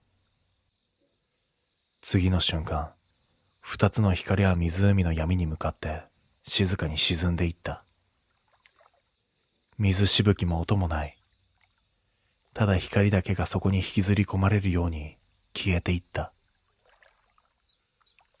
俺と友人は叫びもできず、その場で固まった。そして遠くでまたあの声がした。戻らないよ。堤防の下、湖の真ん中、どこからともなく響く二人の声。先に行ってるから。あの日の調子のまま。だけど言葉の奥に別の何かが混ざっていた。人の声ではない、濁った引きずるような響き。友人が泣き出し、俺の腕をつねるように掴んだ。その指が冷たく震えているのを今でも覚えている。逃げよう。もう無理だ。俺たちは車に飛び乗り、ライトをつけて山道を下った。バックミラーを見るたびに、堤防の方に白い点が浮かんだ気がして、目をそらすことができなかった。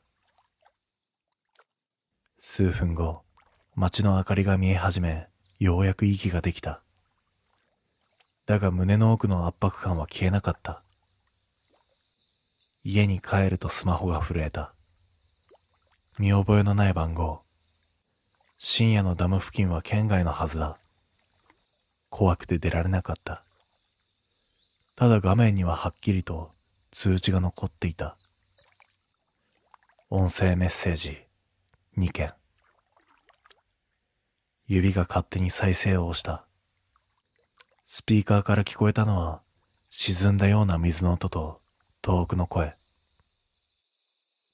おーい、聞こえるか？二つ目。迎えに来てくれよ。4人で帰ろう。その後ろで水をかき分ける音がずっと続いていた。スピーカーから流れているはずなのに、足元の方から響いてくるような生々しさ。メッセージが終わった瞬間、画面の着信履歴が書き換わった。発信元の名前があの二人のフルネームに変わっていた。再生ボタンの横には新しい通知があった。録音は続いています。そして俺のスマホはずっと二人の声を拾い続けているらしい。湖に沈んだはずのあの声を。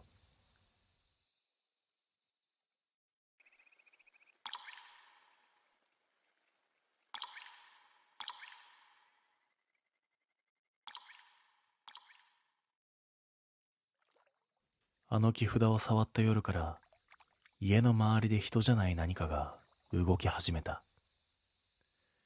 今思い返してもあの木の擦れる音が耳の奥でざわつく。祖母の家は山間の古い集落にあり、玄関の横にだけ奇妙なしきたりが残っていた。家族が亡くなった時、その家の戸口に口寄せ木札を吊るす風習がある。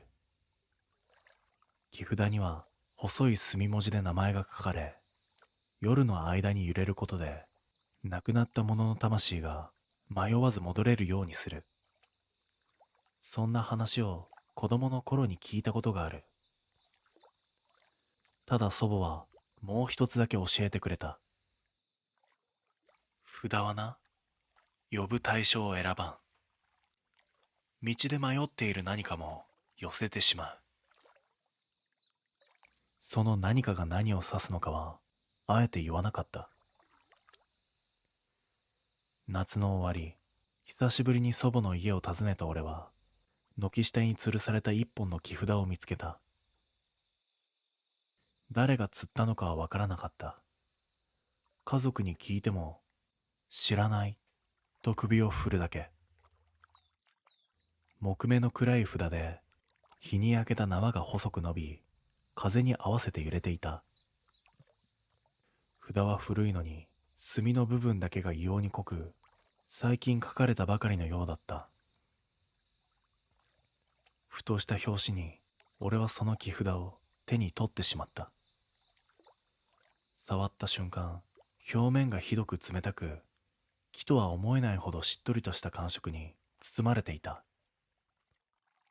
指を離したとき、木札がわずかに勝手に揺れた。その夜、家の外が不自然に静かになった。虫の声が途切れ、風も止まり、ただわずかな擦れる音だけが玄関のそばから続いていた。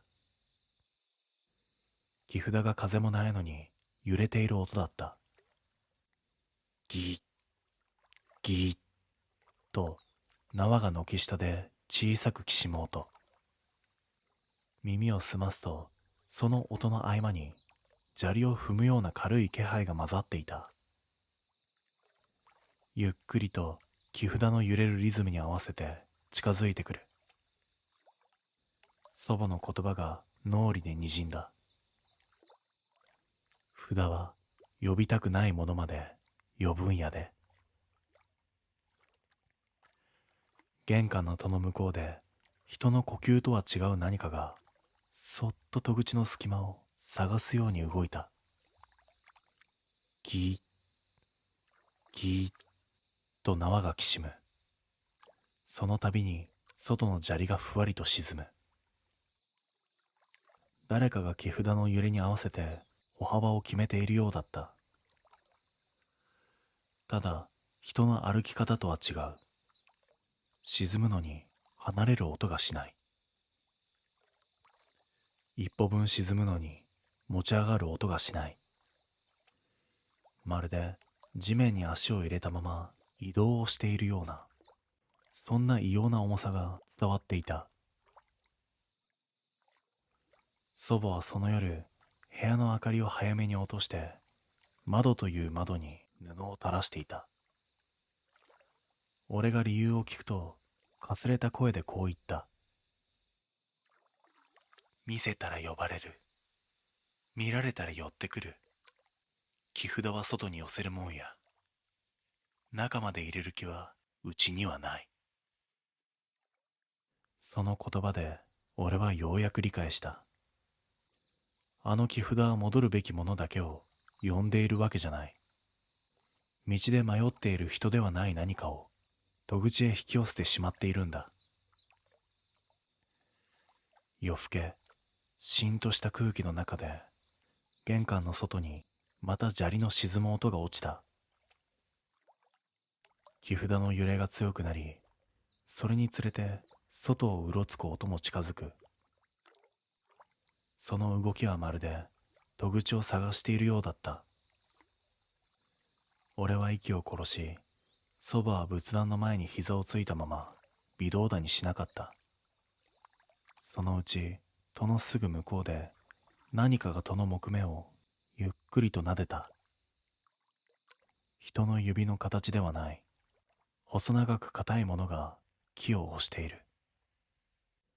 ギリッ、ギリッと戸がかすかにしなる。祖母が押し殺した声でささやいた。触っちまったな。来ちまった。だがまだ大丈夫や。まだ戸の外。まだ。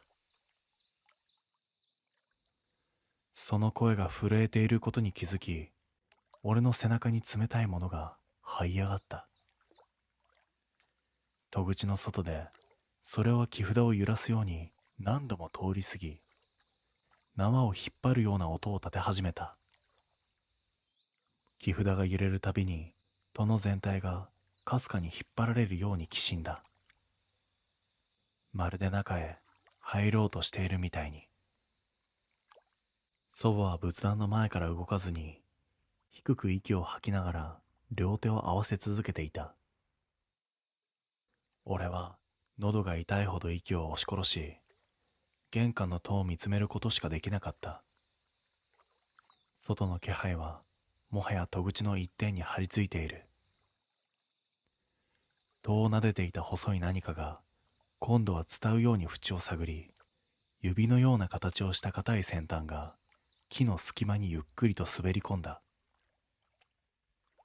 板がわずかに浮き、暗闇の向こうに外とは違う温度がにじんだ。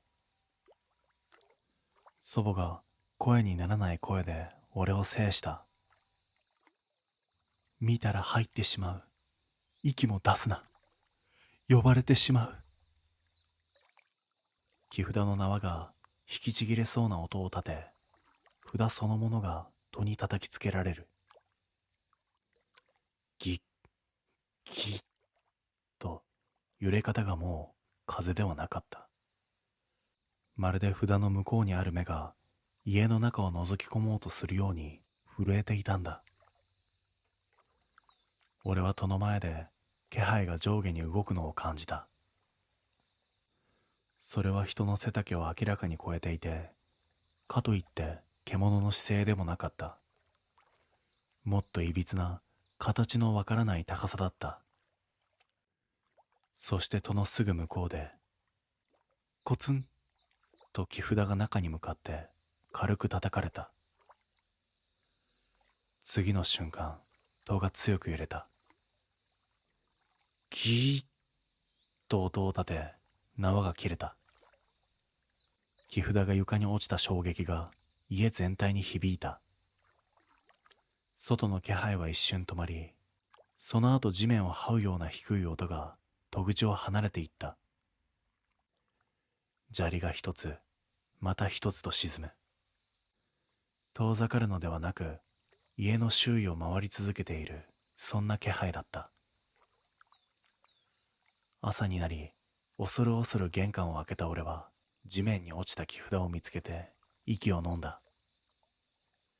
札に書かれていた名前が、夜の間に滲んで、変わっていたんだ。昨日まで書かれていなかったはずの文字が、墨の濃さを保ったまま、残っていた。そこにはなんと、俺の名前が書かれていた。札は呼ぶ対象を選ばない。迷った何かだけではなく、札に触れたもの。つまり俺自身を呼んだんだ。それからというもの、夜になると必ず家の外で砂利の沈む音がした。軒下では戻したはずの木札が誰も触っていないのに揺れていた。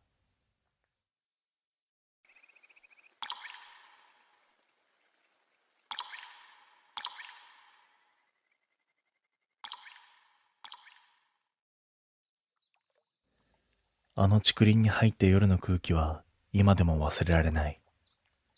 思い出すと胸の奥がキュッと縮む。あそこで車中泊なんて絶対にしちゃいけなかった。地元の古い人はあの竹林を結界が張られた場所という。理由は教えてくれない。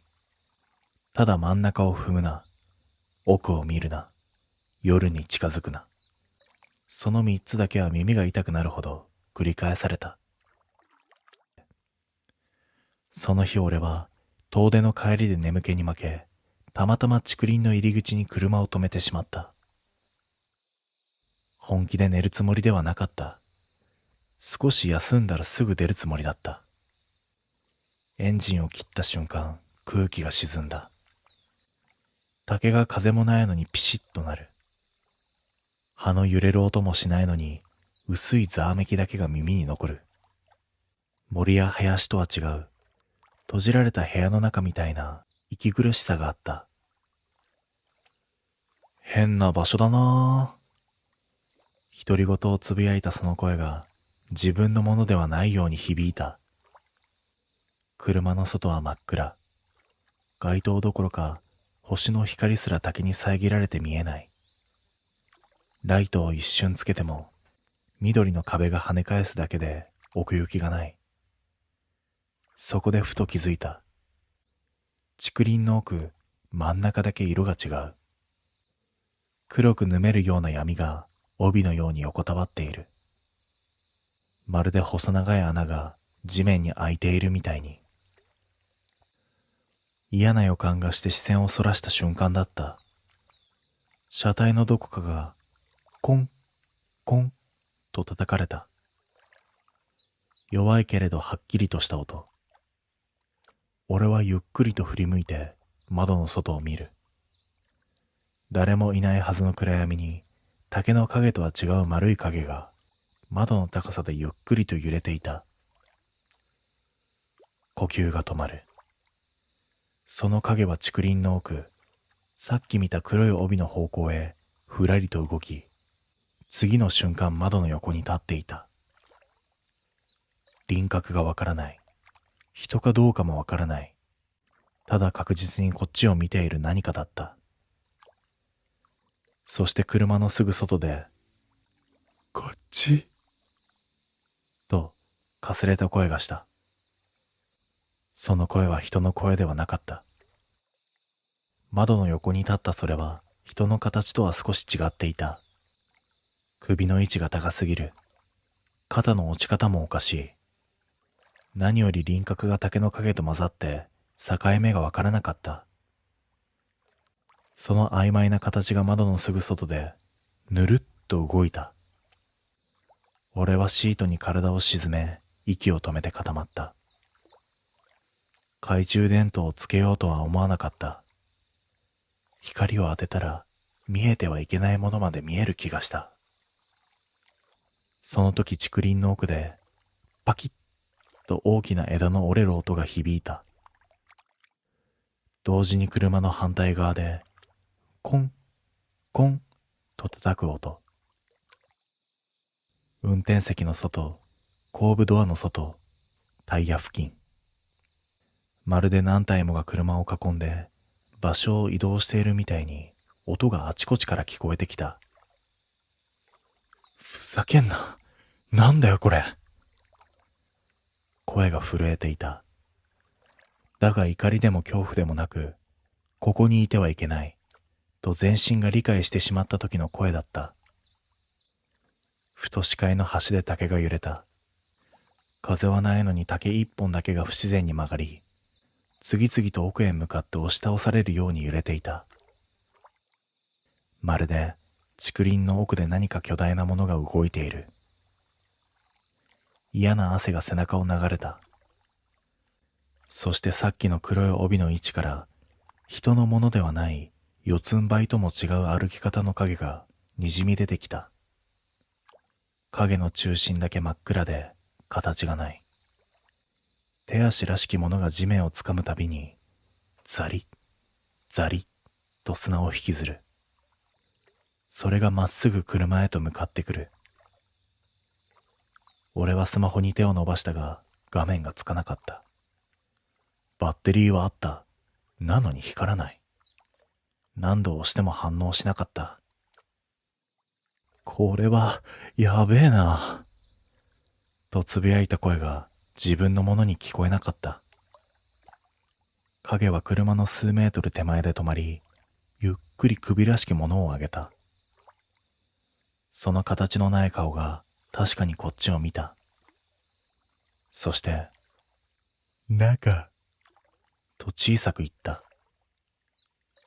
そいつは中に入れてと言っている。でも声は人ではない。湿った土の音や竹が折れる音が混ざったようなありえない声だった。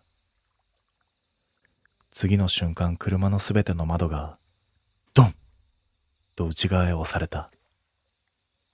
誰かが本気で押し込んでいるような衝撃。ひびが細かく広がった。あと一押しで割れる。俺は震える手でキーを回そうとした。その瞬間、車の真横の闇からまるで耳の中に直接入ってくるような声がした。もう入ってるよ。もう入ってる。その声を聞いた瞬間、背中を氷でなぞられたみたいに体がこわばった。入れてもいないのに、もう中にいる。俺は意味を理解するより早く、運転席の後ろ、すぐ耳の後ろで、コトッと小さな音がした。まるで誰かがそこに指を置いたみたいな軽い音だった。俺は振り向けなかった。もし見れば終わると全身が言っていたんだ。外ではガラスを押す衝撃が続き、内側からも何かが動いている。外と中のどちらに何がいるのか、もうわからなかった。そして突然竹林全体がバサッと音を立てて揺れた。風ではない。竹一本一本が巨大なものに触られたみたいに同時に揺れる。その波が中心、黒い帯へと収束し、地面が脈を打つようにボコリ、ボコリと盛り上がった。闇が呼吸をしている。そうとしか表現できなかった。俺は反射的にキーを回した。エンジンがかかり、ライトが竹林を切り裂く。その瞬間、後ろのシートでバサッと何かが立ち上がった気配がした。振り向けない。見るな。見るなと頭の中で叫び続ける。ライトに照らされた竹林の奥では、黒い帯が生き物のようにうねり、四つん這いの影がその中へと吸い込まれようとしていた。だが戻る前にそいつは最後にこちらを振り返った。形のない顔の位置がライトの端にぬるっと入る。それだけで心臓が握りつぶされるような圧がかかった。俺はアクセルを全力で踏み込んだ。竹林の間を抜けながら、外でドン、ドン、ドンと車体を叩く音が続いた。背後では竹が折れる音と何かが地面を引きずる音が重なり合う。絶対に振り返らなかった。後ろに何がいるのか分かりたくなかったからだ。結界の手前まで一気に走り抜け、外の空気に触れた瞬間、すべての音が止んだ。息を整え、恐る恐るバックミラーを見た。竹林の奥、さっき黒い帯があった場所に白い顔だけがこちらを向いて立っていた。体はない。顔だけが竹の間に縫い付けられたみたいに浮かんでいたんだ。そしてその顔の下、地面の土が人の手の形に盛り上がって揺れていた。俺は叫びながらその場を離れた。翌朝車を確認すると、後部座席のフロアマットに湿った土が一握り落ちていた。今でもあの竹林には近づけない。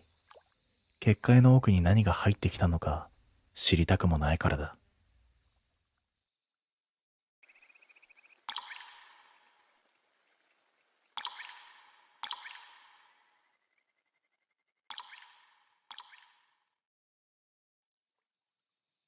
あの名前を口にした瞬間から俺の耳が壊れ始めた。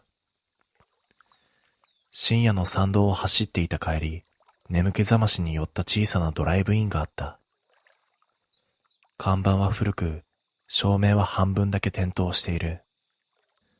外の空気は湿っていて、人の気配は全くなかった。この店に入ったのが全ての始まりだ。中に入ると、レジ横に置かれた張り紙が目に入った。黒いマジックで雑に書かれた一文。この店で〇〇村の名を出すな。わけがわからなかった。だが、その言葉の塗りつぶされている部分が妙に気味が悪かった。隠しているのか、それとも読ませないためなのか。店内を見渡すと、奥のテーブル席に老人が一人だけ座っていた。カップに手を添えたまま、わずかに震えている。様子がおかしいと思ったが、眠気が限界だった俺はコーヒーを買おうと自販機へ向かった。その時だ、背後から乾いた声が落ちてきた。その名前は、ここで絶対に言うなよ。振り向くと、さっきの老人が立っていた。顔色は土のように濁り、片耳がただれて歪んでいる。言ったら最後、耳からあいつらが入ってくる。もう止められん。冗談にも聞こえない表情だった。だが俺は隠されている地名が妙に気になった。好奇心もあったし、眠気で判断力も鈍っていたんだと思う。俺は張り紙に近づいて、黒く塗りつぶされた下に透けて見えていた文字をつい読み上げてしまった。ヘイドメ村？これ何の村？読み終わる寸前だった。耳の奥でバチンと何かが弾けた。痛みではなく破裂音。鼓膜の裏側に爪のようなものが触れた感覚が走った。言ってしまったな。もう戻れんぞ。その瞬間、店内の照明がすべて落ちた。照明が落ちた瞬間、店全体が沈んだ井戸の底みたいに静かになった。外の白い街灯だけがかすかに差し込み、店内の棚や壁を薄い影の輪郭だけがなぞっていた。その静けさの中で、俺の左耳だけが、ゴボゴボと鈍く泡立つような音を立てていた。耳の奥に確かに何かが入ってきたんだ。痛みではない、生き物の重さがそのまま中へ押し込まれてくるような粘りつく感触だった。思わず耳に手を当てたが、皮膚の下を何かが這い回るように動いているのが分かった。触った指先まで震えた。その動きに合わせて視界の端が白く揺れた。棚の向こう、テーブル席の上に何かの塊がぼんやりと立ち上がるように形を持ち始めていた。老人の声が震えていた。来てしまった。お前が呼んだんだ。その名を口にしたから。暗闇の中で老人の片耳が揺れた。その耳の内部が黒い泥のように崩れ落ちそうに歪んでいる。これは病気でも怪我でもない。何かに内側から食われている。老人は自分の耳を服の袖で覆いながら言った。平留村は、今は地図にも載っとらん。村の者は全部耳から生えられて消えた。名を呼ばれんよう、外へ漏れんよう、村ごと封じたはずだった。言葉の最後は息に溶けた。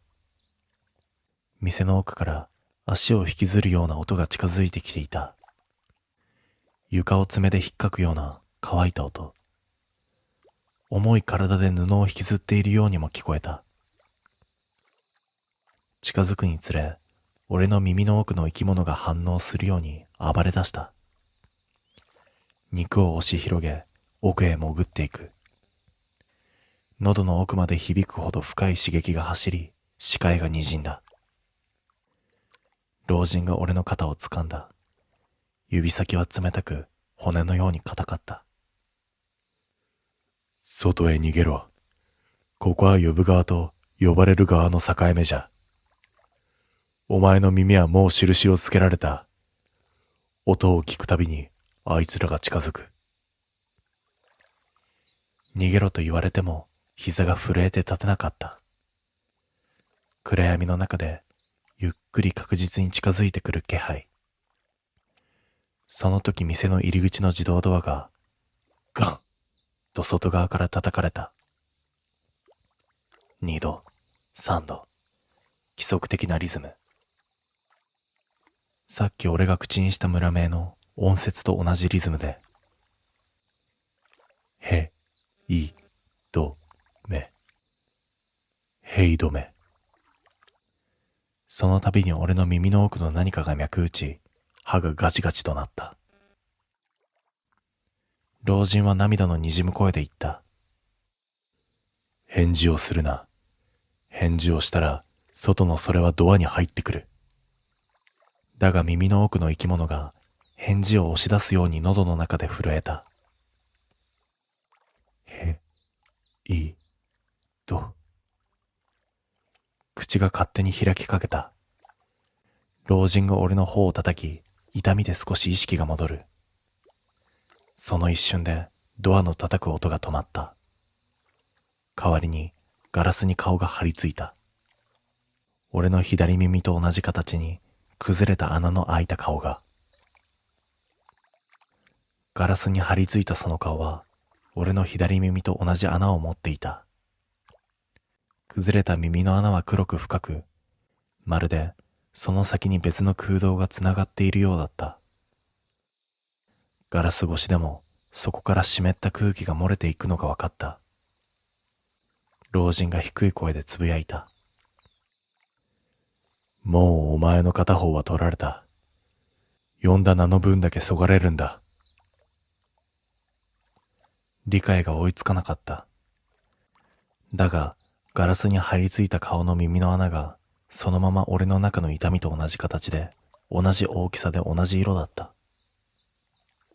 俺の耳は向こう側に渡されたんだ。その瞬間だった。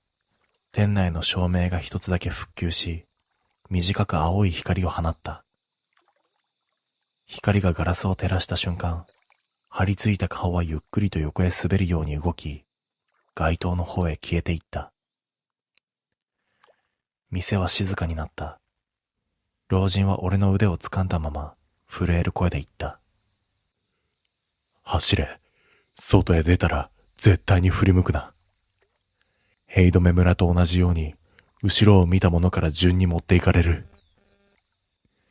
俺はすぐ外へ飛び出した。背後でガラスがきしむ音がしたが、決して振り向かなかった。街灯の白い光が途切れ途切れになり、まるで俺を追うように明滅し始めていた。一つ、二つ、三つ。音の数が俺の名前の音節と完全に一致していた。逃げても無駄だとすぐに理解した。あれは俺の名前を数えている。さっきの村名と同じように呼んだ回数だけ削ぐんだ。駐車場に着く前、左耳の奥で何かが抜けた感覚がした。鋭くなく、ただ静かに、まるで何かを渡し終えた後のように。その直後、街灯が最後の明滅をした。5回。俺の名前を構成する音が全部揃った数だ。車のドアを開けた瞬間、背後の闇で人の足音がペタリとなった。ゆっくり確実に近づいてくる。老人の忠告が頭に浮かんだが、もう遅かった。ノイズ混じりの声が俺の首のすぐ後ろで囁いた。次はもう片方だ。その言葉と同時に右耳に冷たい爪が触れた。触れただけで分かった。右耳も向こう側へ連れて行かれる。それから先の記憶は途切れている。ただ一つだけはっきりとしているのは、今でも夜になると右耳の奥でカチッと音が鳴ることだ。回数は決まって一つだけ。まだ片方残っているからだ。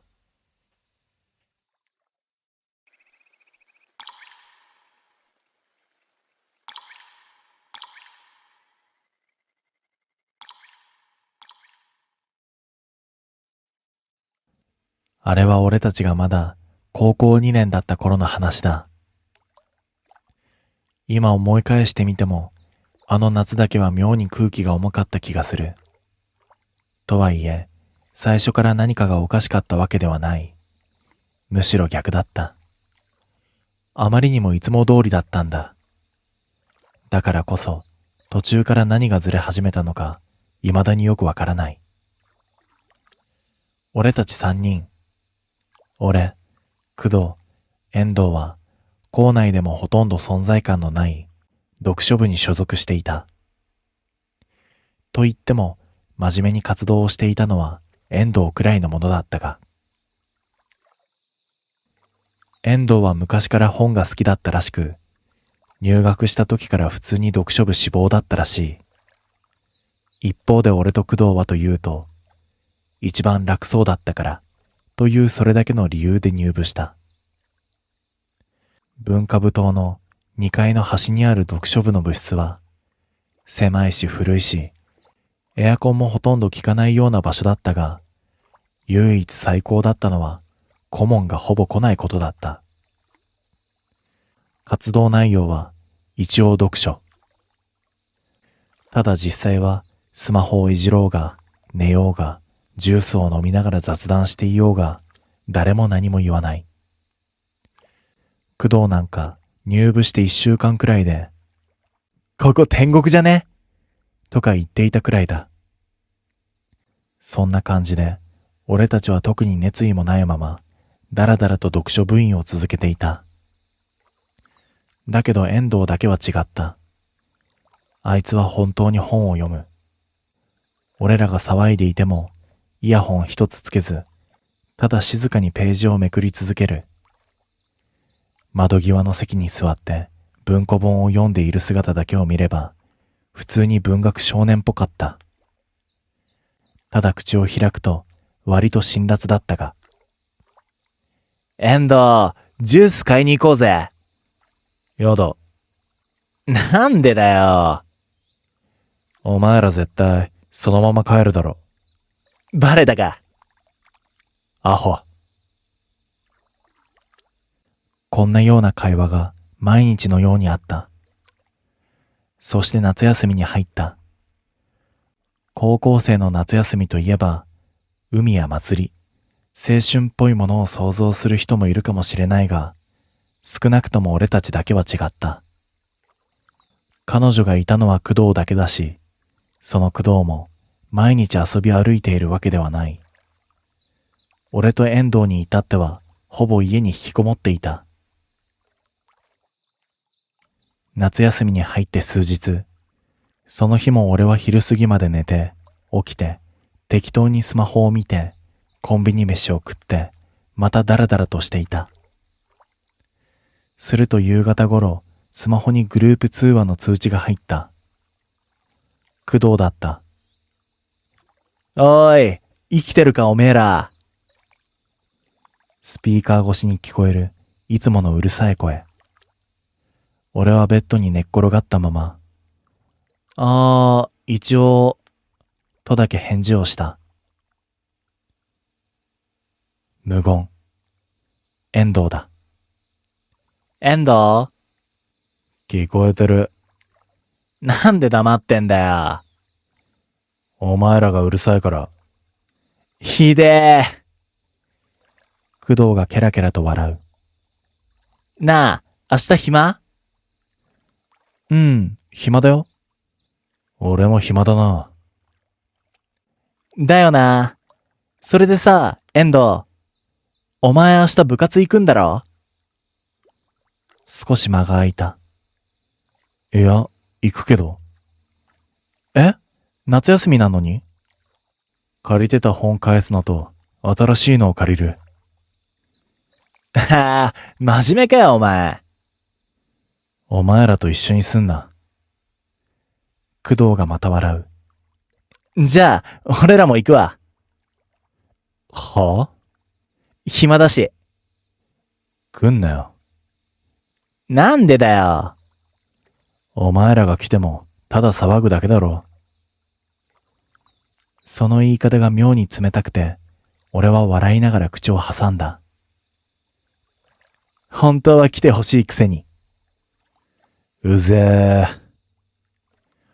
感情ゼロの棒読み。俺と工藤はそのまま大爆笑した。結局次の日、俺たちは3人揃って学校へ行くことになった。翌朝、夏休みの学校は妙に静かだった。グラウンドの方から野球部の掛け声だけが遠く聞こえてくる。照り返しの強い日差しのせいで、校舎の窓ガラスは白っぽく光っていた。文化部棟に入ると空気が少しぬるい。誰もいない廊下に自分たちの足音だけがやけに響いていた。俺が部室の扉を開けると、もう工藤と遠藤は来ていた。おっせえよ。工藤が椅子にだらしなく座ったまま言う。その隣を見て、俺は、あれ？となった。あ、エリじゃん。それは工藤の彼女だった。肩までの黒髪を揺らしながら、エリが、おはよう、と笑った。そしてその隣には、見慣れない女子が一人いた。マキ、エリの友達。少しおとなしそうな感じの女子で、軽く会釈してくる。あ、どうも。いやー、せっかくだし誘っといた。工藤が得意げに言う。遠藤を見ると露骨に嫌そうな顔で文庫本を読んでいた。帰りてー。なんでだよ。うるせえのが増えた。いいじゃん、夏休みなんだし。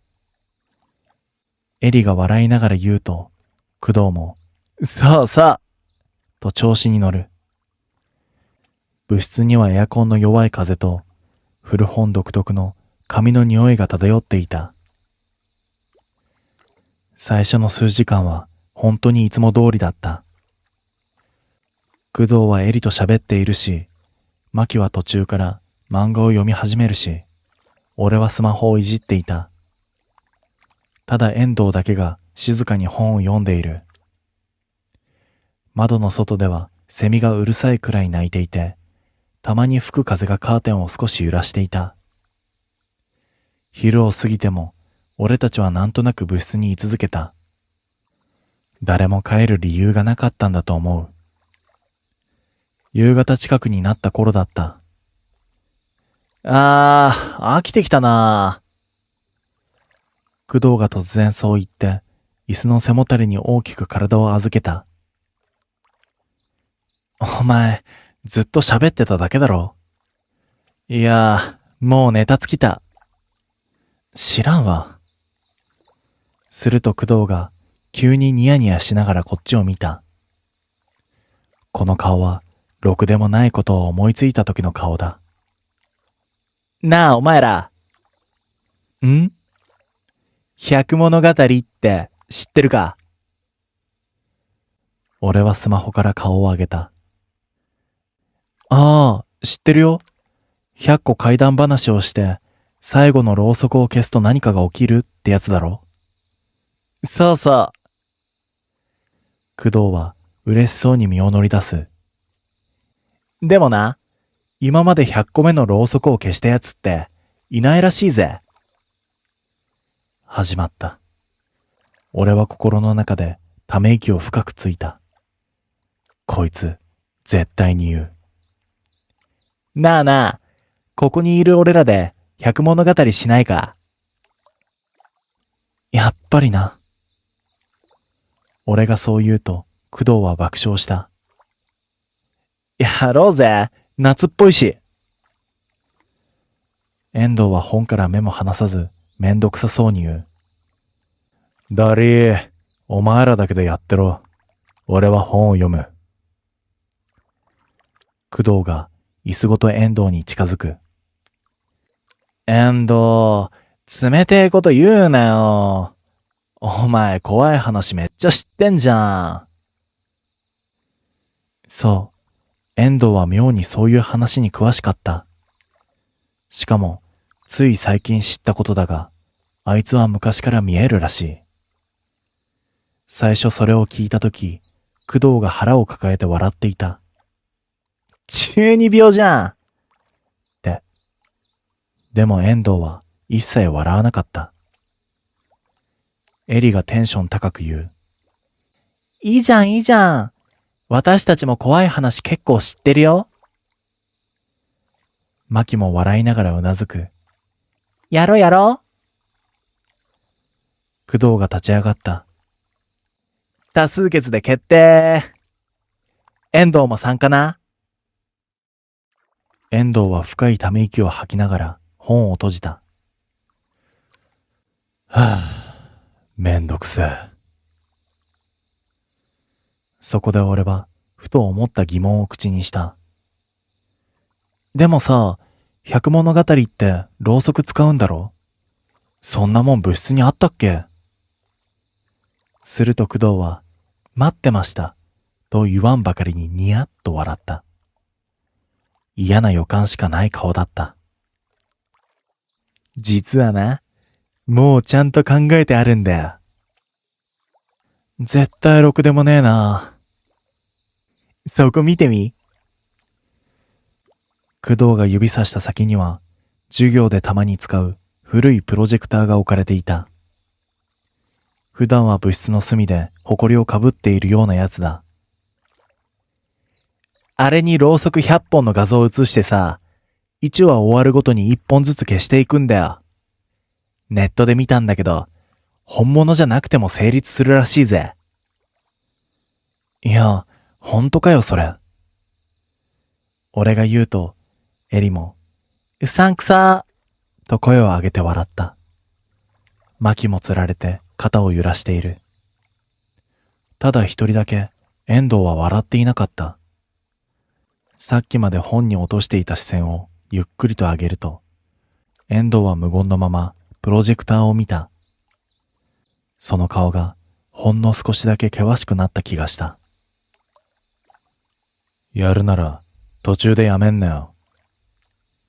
低い声だった。え？百物語ってのは途中で終わらせる方が良くないって話があるんだ。あ、なんだよ遠藤。霊感持ちっぽいこと言うじゃん。うるせえ。遠藤はめんどくさそうに吐き捨てると、また本に視線を落とした。その時の俺は別に深く考えていなかった。ただエアコンの風とは別に、妙に冷たい空気が物質の奥から流れ込んで気がしたのを今もなんとなく覚えている。結局、百物語はそのまま始まった。と言っても最初は本当にただの遊びだった。工藤が勝手にプロジェクターを起動して、ネットから拾ってきたろうそくの画像をスクリーンに映す。黒い背景の中にずらっと並んだ100本のろうそく。揺れる火が思ったより雰囲気を出していて、エリなんかは、おー、なんかそれっぽいじゃん。と、妙にテンションが上がっていた。部室のカーテンを閉めると、部屋の中は一気に薄暗くなる。窓の隙間から差し込む夕方の光と、プロジェクターのぼんやりとした明かりだけが、机や椅子を青白く照らしていた。じゃあ記念すべき1話目は、俺からな。昔さ、俺ん家の近くの公園で、夜中になるとブランコが勝手に揺れるって噂があったんだよ。しょっぱなから弱っ。うるせえよ。そんな感じで始まった百物語は、最初のうちは笑い話みたいなものばかりだった。工藤の話はどこか持っている感じがするし、エリは、友達の友達が、みたいな定番の怪談を話す。マキは意外と話が上手くて、トンネルで見た女の話なんかを静かな声で語っていた。その度に工藤が、うわーだの、それ絶対嘘だろだの騒ぐもんだから、怖いというよりかは普通に盛り上がっていた気がする。ただ遠藤の番だけは少し空気が違った。遠藤のターンだぞ。工藤に言われ、遠藤は読んでいた文庫本を静かに閉じた。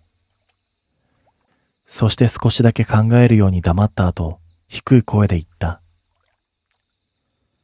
俺が小学生の頃の話なんだけどな。その瞬間部室の空気が少し静かになった気がした。遠藤はもともと声が大きい方ではない。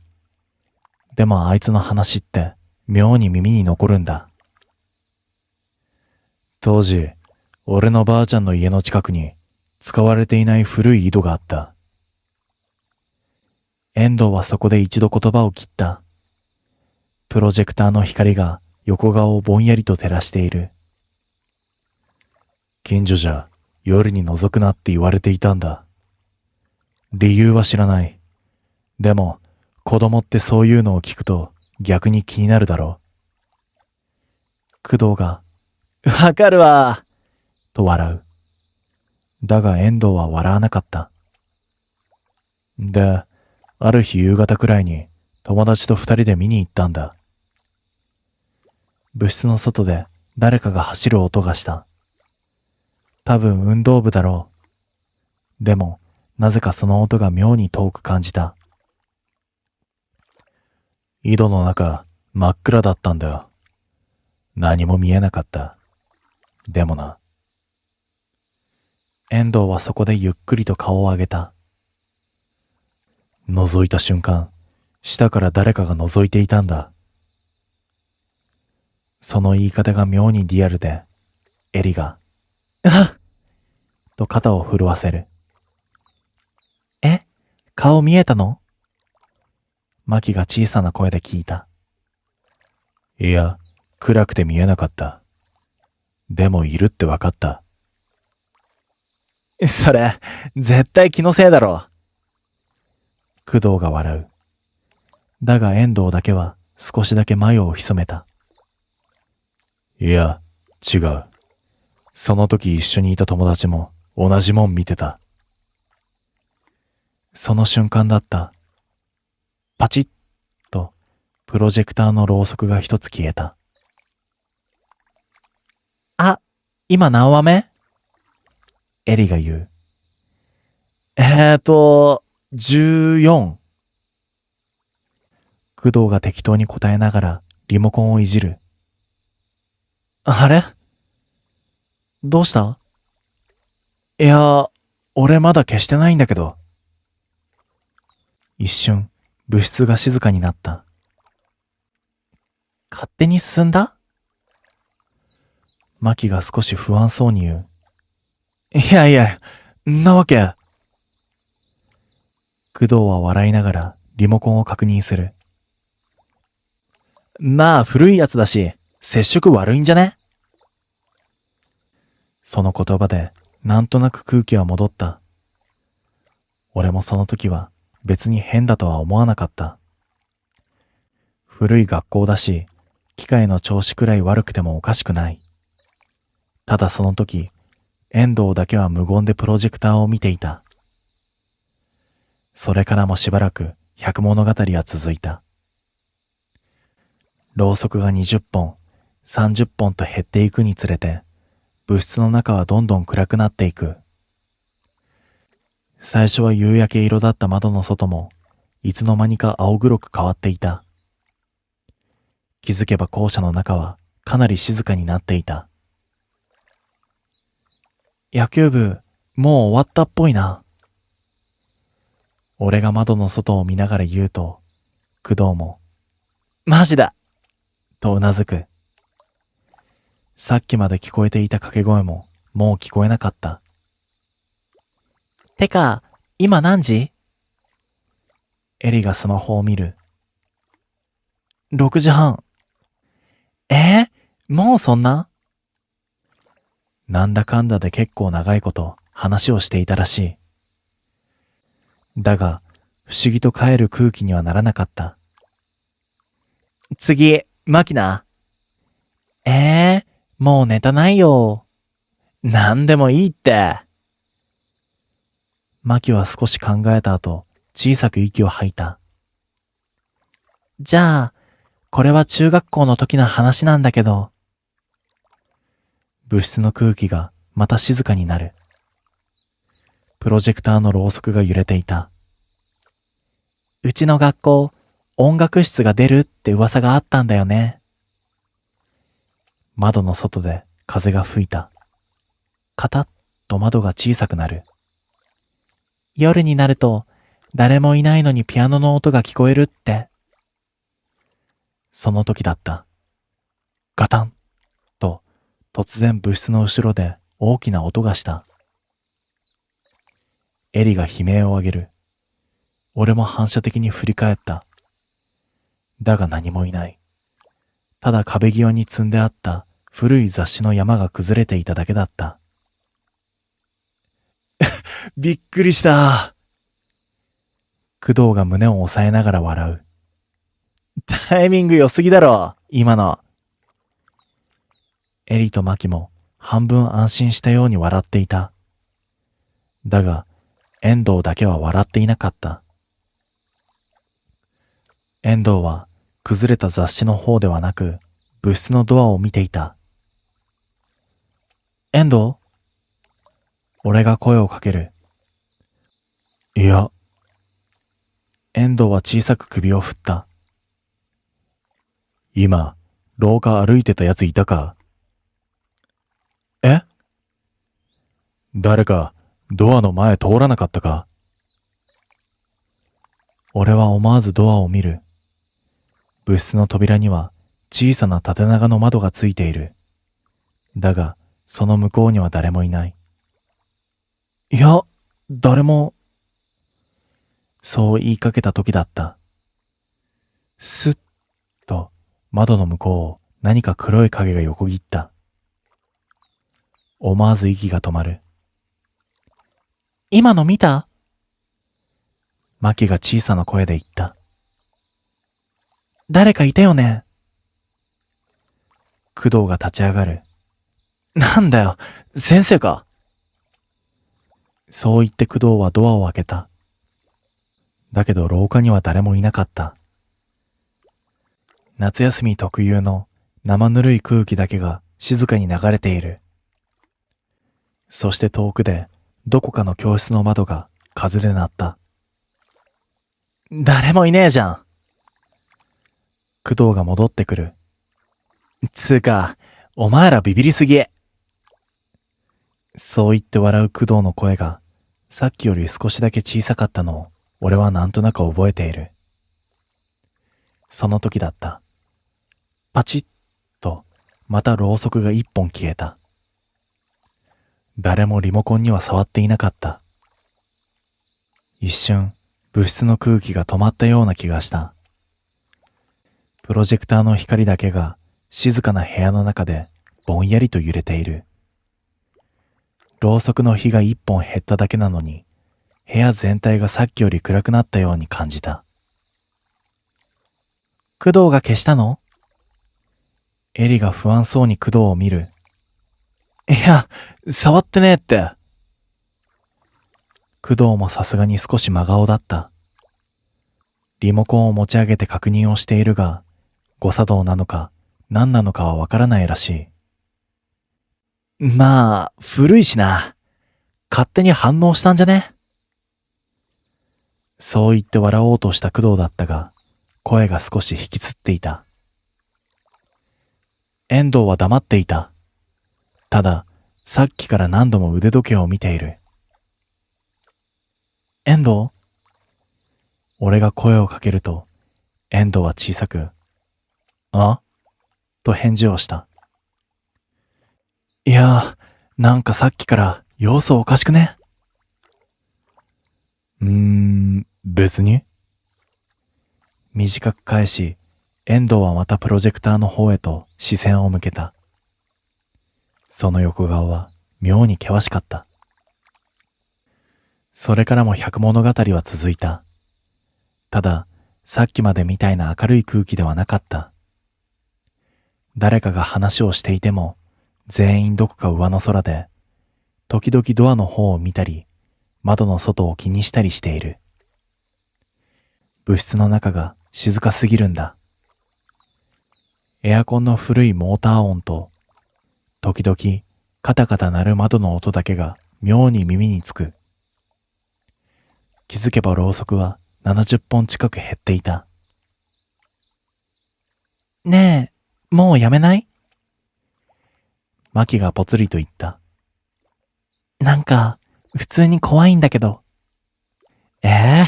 ここまで来たのに？工藤は笑おうとしていたが、さっきほど勢いはない。だって、途中でやめるのも良くないんだろ？それって、遠藤が言ってたやつ？エリが聞く。遠藤はしばらく黙っていたが、やがて小さく息を吐いた。本来百物語ってのは、集めるためのもんじゃねえんだよ。来たものを返すために、最後までやるっていう話があるんだ。なんだそれ。工藤が苦笑する。お前ほんと、そういう話好きだな。好きじゃねえよ。遠藤は低い声で言った。ただ、昔からそう言われてるってだけだ。その時だった。コンコン。突然、部室のドアがノックされた。全員が固まる。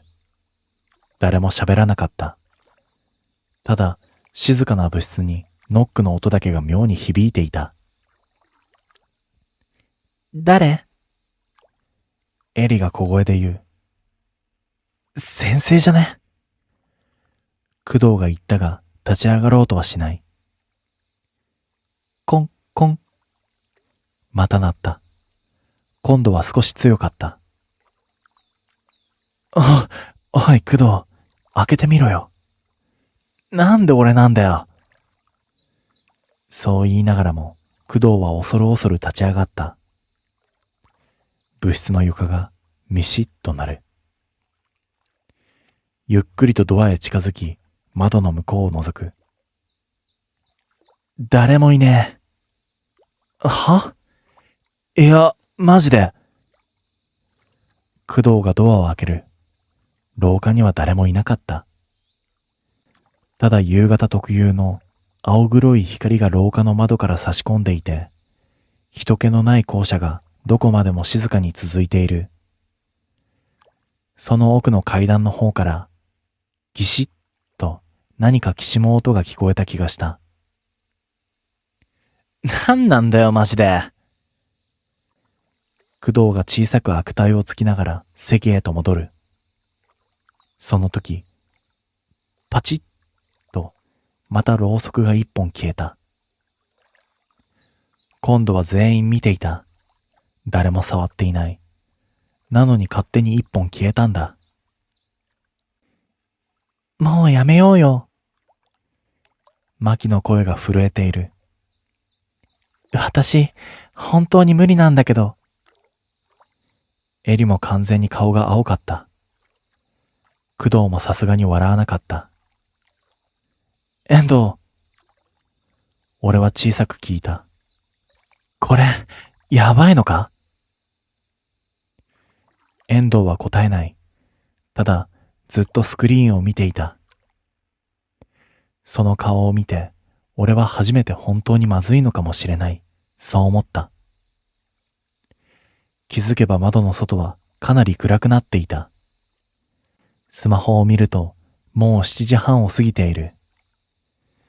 夏だからまだ少し明るいが、校舎の中はほとんど夜みたいな暗さだった。あとちょっとで100じゃん。工藤が無理やり明るく言う。終わったらマジで帰ろうぜ。誰も返事をしなかった。その時だった。でさ、その女が窓の外に立ってて。エリが階段を離していた途中、ガタン。突然部室の窓が大きな音を立てて開いた。女子2人が悲鳴を上げる。強い風が部室へと吹き込み、机の上の紙が一気に舞った。工藤が立ち上がる。だが、遠藤だけは窓ではなく、部室の後ろを見ていた。おい。低い声だった。お前ら今、誰か喋ったか？は？なんだよ。工藤が振り返る。その瞬間だった。次、誰の話？声がした。部室の後ろから。それは知らない声だった。一瞬、全身の血が冷たくなる。誰も動かなかった。いや、動けなかった。そして、パチッと、プロジェクターのろうそくが一気に全部消えた。部室が真っ暗になる。女子2人の悲鳴。工藤の椅子がガタンと倒れる音。その暗闇の中で、工藤！遠藤が叫んだ。後ろを見るなよ。次の瞬間、ガガガガッと、工藤の椅子がものすごい勢いで後ろに引きずられたんだ。工藤が床に倒れる。何かが椅子を掴んで引っ張ったみたいだった。電気！遠藤の声で俺は反射的に壁のスイッチを叩いた。パッと蛍光灯がつく。だがそこには誰もいなかった。ただ工藤の椅子だけが部室の後ろまで引きずられていた。は？工藤の顔が真っ青だった。その時遠藤がゆっくりとプロジェクターを見た。俺もつられてみる。スクリーンにはまたろうそくが映っていた。一本だけ。暗い画面の中央で揺れている。そして遠藤の顔色が変わった。帰るぞ。え？いいから。遠藤がここまで強い声を出したのを俺は初めて聞いた。全員で荷物をつかみ、慌てて部室を飛び出す。先生に見つかったら面倒だから、本当は走るのもダメなんだろうけど、そんなことを気にしている余裕はなかった。人気のない廊下を俺たちはほとんど無言で進んだ。ただ後ろから時々、コツ、コツ、と足音みたいなものが聞こえている気がした。遠藤。振り返るな。それだけだった。階段を降り、昇降口を抜け、ようやく校舎の外へ出る。夏の夜の空気が一気に肺へ入ってきた。全員しばらく何も喋れなかった。そして最初に声を出したのは工藤だった。やっべえ、マジで死ぬかと思った。もうやだ。エリが半泣きで言う。マキも無言でうなずいていた。しばらくして俺は遠藤に聞いてみた。なあ、何だったんだよあれ。遠藤は少し黙っていた。校舎を見上げながら小さく息を吐く。はあ、百物語ってのはな、呼ぶためのもんじゃねえんだ。来たものを返すために最後までやる。だから途中でやめるなって言われているんだ。じゃあ、今回のって。俺が聞くと、遠藤は小さく言った。ああ、最初から混ざってた。一瞬、全員が黙る。は？工藤が笑おうとする。いやいやいや、怖がらせすぎだろ。だが遠藤は笑わなかった。プロジェクター、最初ろうそく100本じゃなかった。え？ 101 本あったんだ。風が吹いた。その瞬間、全身に鳥肌が立った。いや、見間違いだろ。工藤が言う。遠藤は少しだけ目を細めた。それならいいけどな。そこで俺はなんとなく校舎を振り返った。文化部棟の2階、読書部の窓、真っ暗なはずの部室で、一瞬だけ青白い光がぼんやりと灯った気がした。まるでまだプロジェクターがついているみたいに。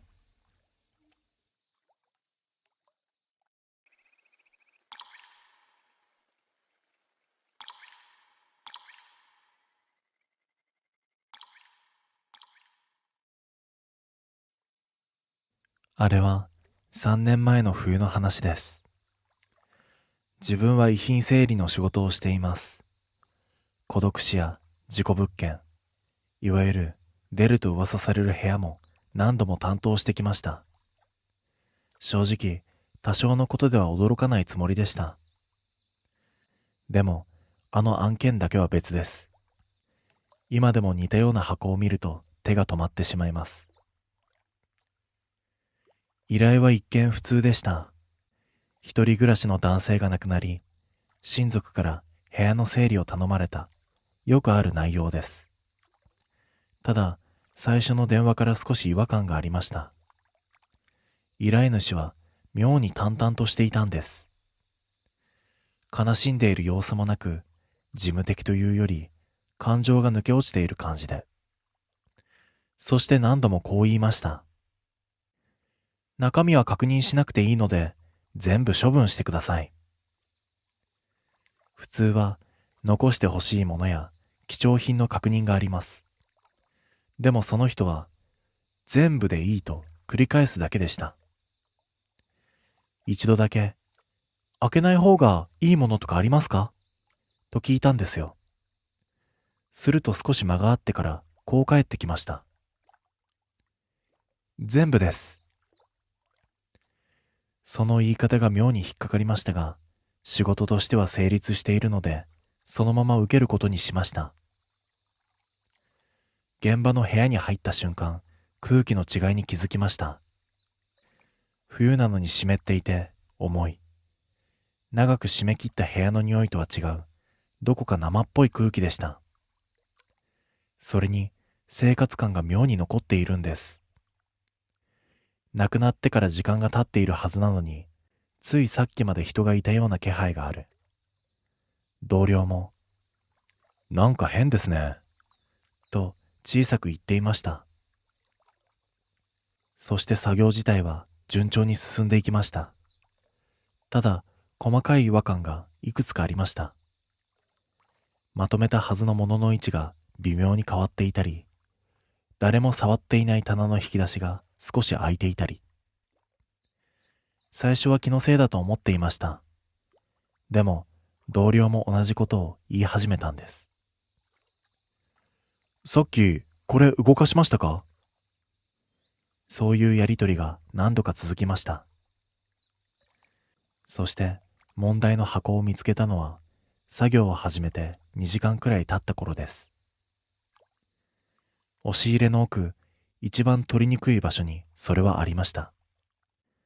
古びた木箱で縄のようなもので何重にも縛られていて、その上から札のような紙が何枚も貼られていました。見た瞬間、嫌な感じがしました。でも同時に、これが原因かもしれないって思ってしまったんです。この部屋の違和感の正体、それを確かめれば終わるんじゃないかと。だけど同僚が、やめた方がいいんじゃないですかと言いました。それは珍しくはっきりとした口調でした。それでも自分は開けました。縄をほどいた瞬間、空気が変わりました。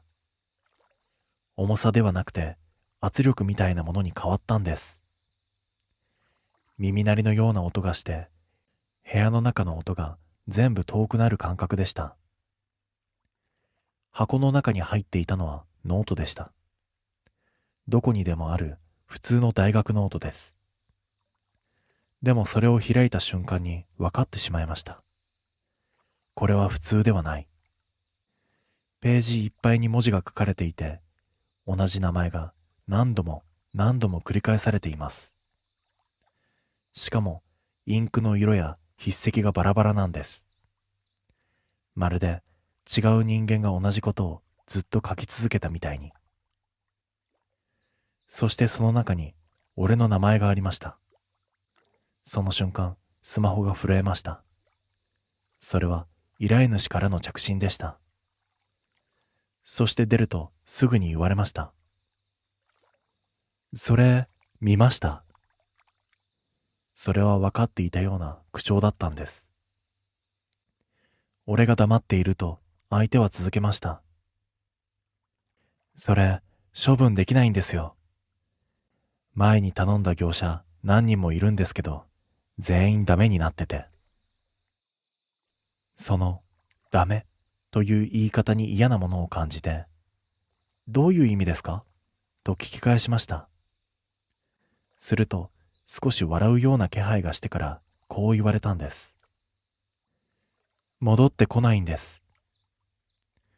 その直後、背後で音がしました。振り向くと、同僚がノートを手にしていました。そして、無言でページをめくり続けていたんです。パラパラ、パラパラ、と一定の速さで。止めようとして近づいた瞬間、異常に気づきました。それはノートの厚みが増えているんです。それはさっきより明らかにページが多い。しかも新しく現れたページには名前だけではなく文章が増えていました。見た、触った、開けた。短い言葉が並んでいて、その下に名前が書かれている。それは全部この部屋に入った人間の名前だったんです。やめろ！俺はとっさにノートを奪い取りました。その表紙に床に落ちてページが開きました。そしてそこに書かれていたのは同僚の名前だったんです。そしてその下に、次、とだけ書かれていました。顔を上げると同僚がこちらを見ていました。そして表情が違っていたんです。目の焦点が合っていないのに確実にこちらを見ている。そしてゆっくりと口が動いて、まだ足りない、とはっきりと言いました。そしてその声は同僚のものではありませんでした。次の瞬間、部屋のあちこちで音がし始めました。引き出しが開く音、何かを引きずる音、紙をめくる音。誰もいないはずなのに、複数の作業が同時に進んでいるような、そんな音でした。俺はノートを投げて部屋を飛び出しました。そして俺の背後では、まだページをめくる音が続いていました。気がつくと俺は一人で車の中にいました。どのタイミングで外に出たのか、同僚がどうなったのか、ほとんど覚えていませんでした。ただ、俺の手元にはノートはありませんでした。そして後日、依頼主に連絡を取りました。すると、何事もなかったかのように、こう言ったんです。だから言ったじゃないですか。処分できないって。さらにこう続けました。でも、減ってはいるんですよ、ちゃんと。俺はその意味がわかりませんでした。あの部屋は今もそのまま残っています。誰も最後まで作業できないまま。ただ一度だけ別の業者が入ったことがあるって聞きました。だけどその数日後、会社に一本の電話がかかってきました。遺品整理をお願いしたいんですが。住所を聞いた瞬間、あの部屋だとわかりました。そして最後に相手が名乗った名前は、失踪したあの同僚のものでした。あれ以来分かったことがあります。あのノートは呪いとかそういう単純なものではない。関わった人間を回収していくためのものなんです。そして依頼主はそれを知っていて、誰かに処分させようとしている。減っているという言葉の意味も多分そういうことです。もし同じような箱を見つけても絶対に開けないでください。中にあるのは遺品ではありません。次に消える人間の順番なんです。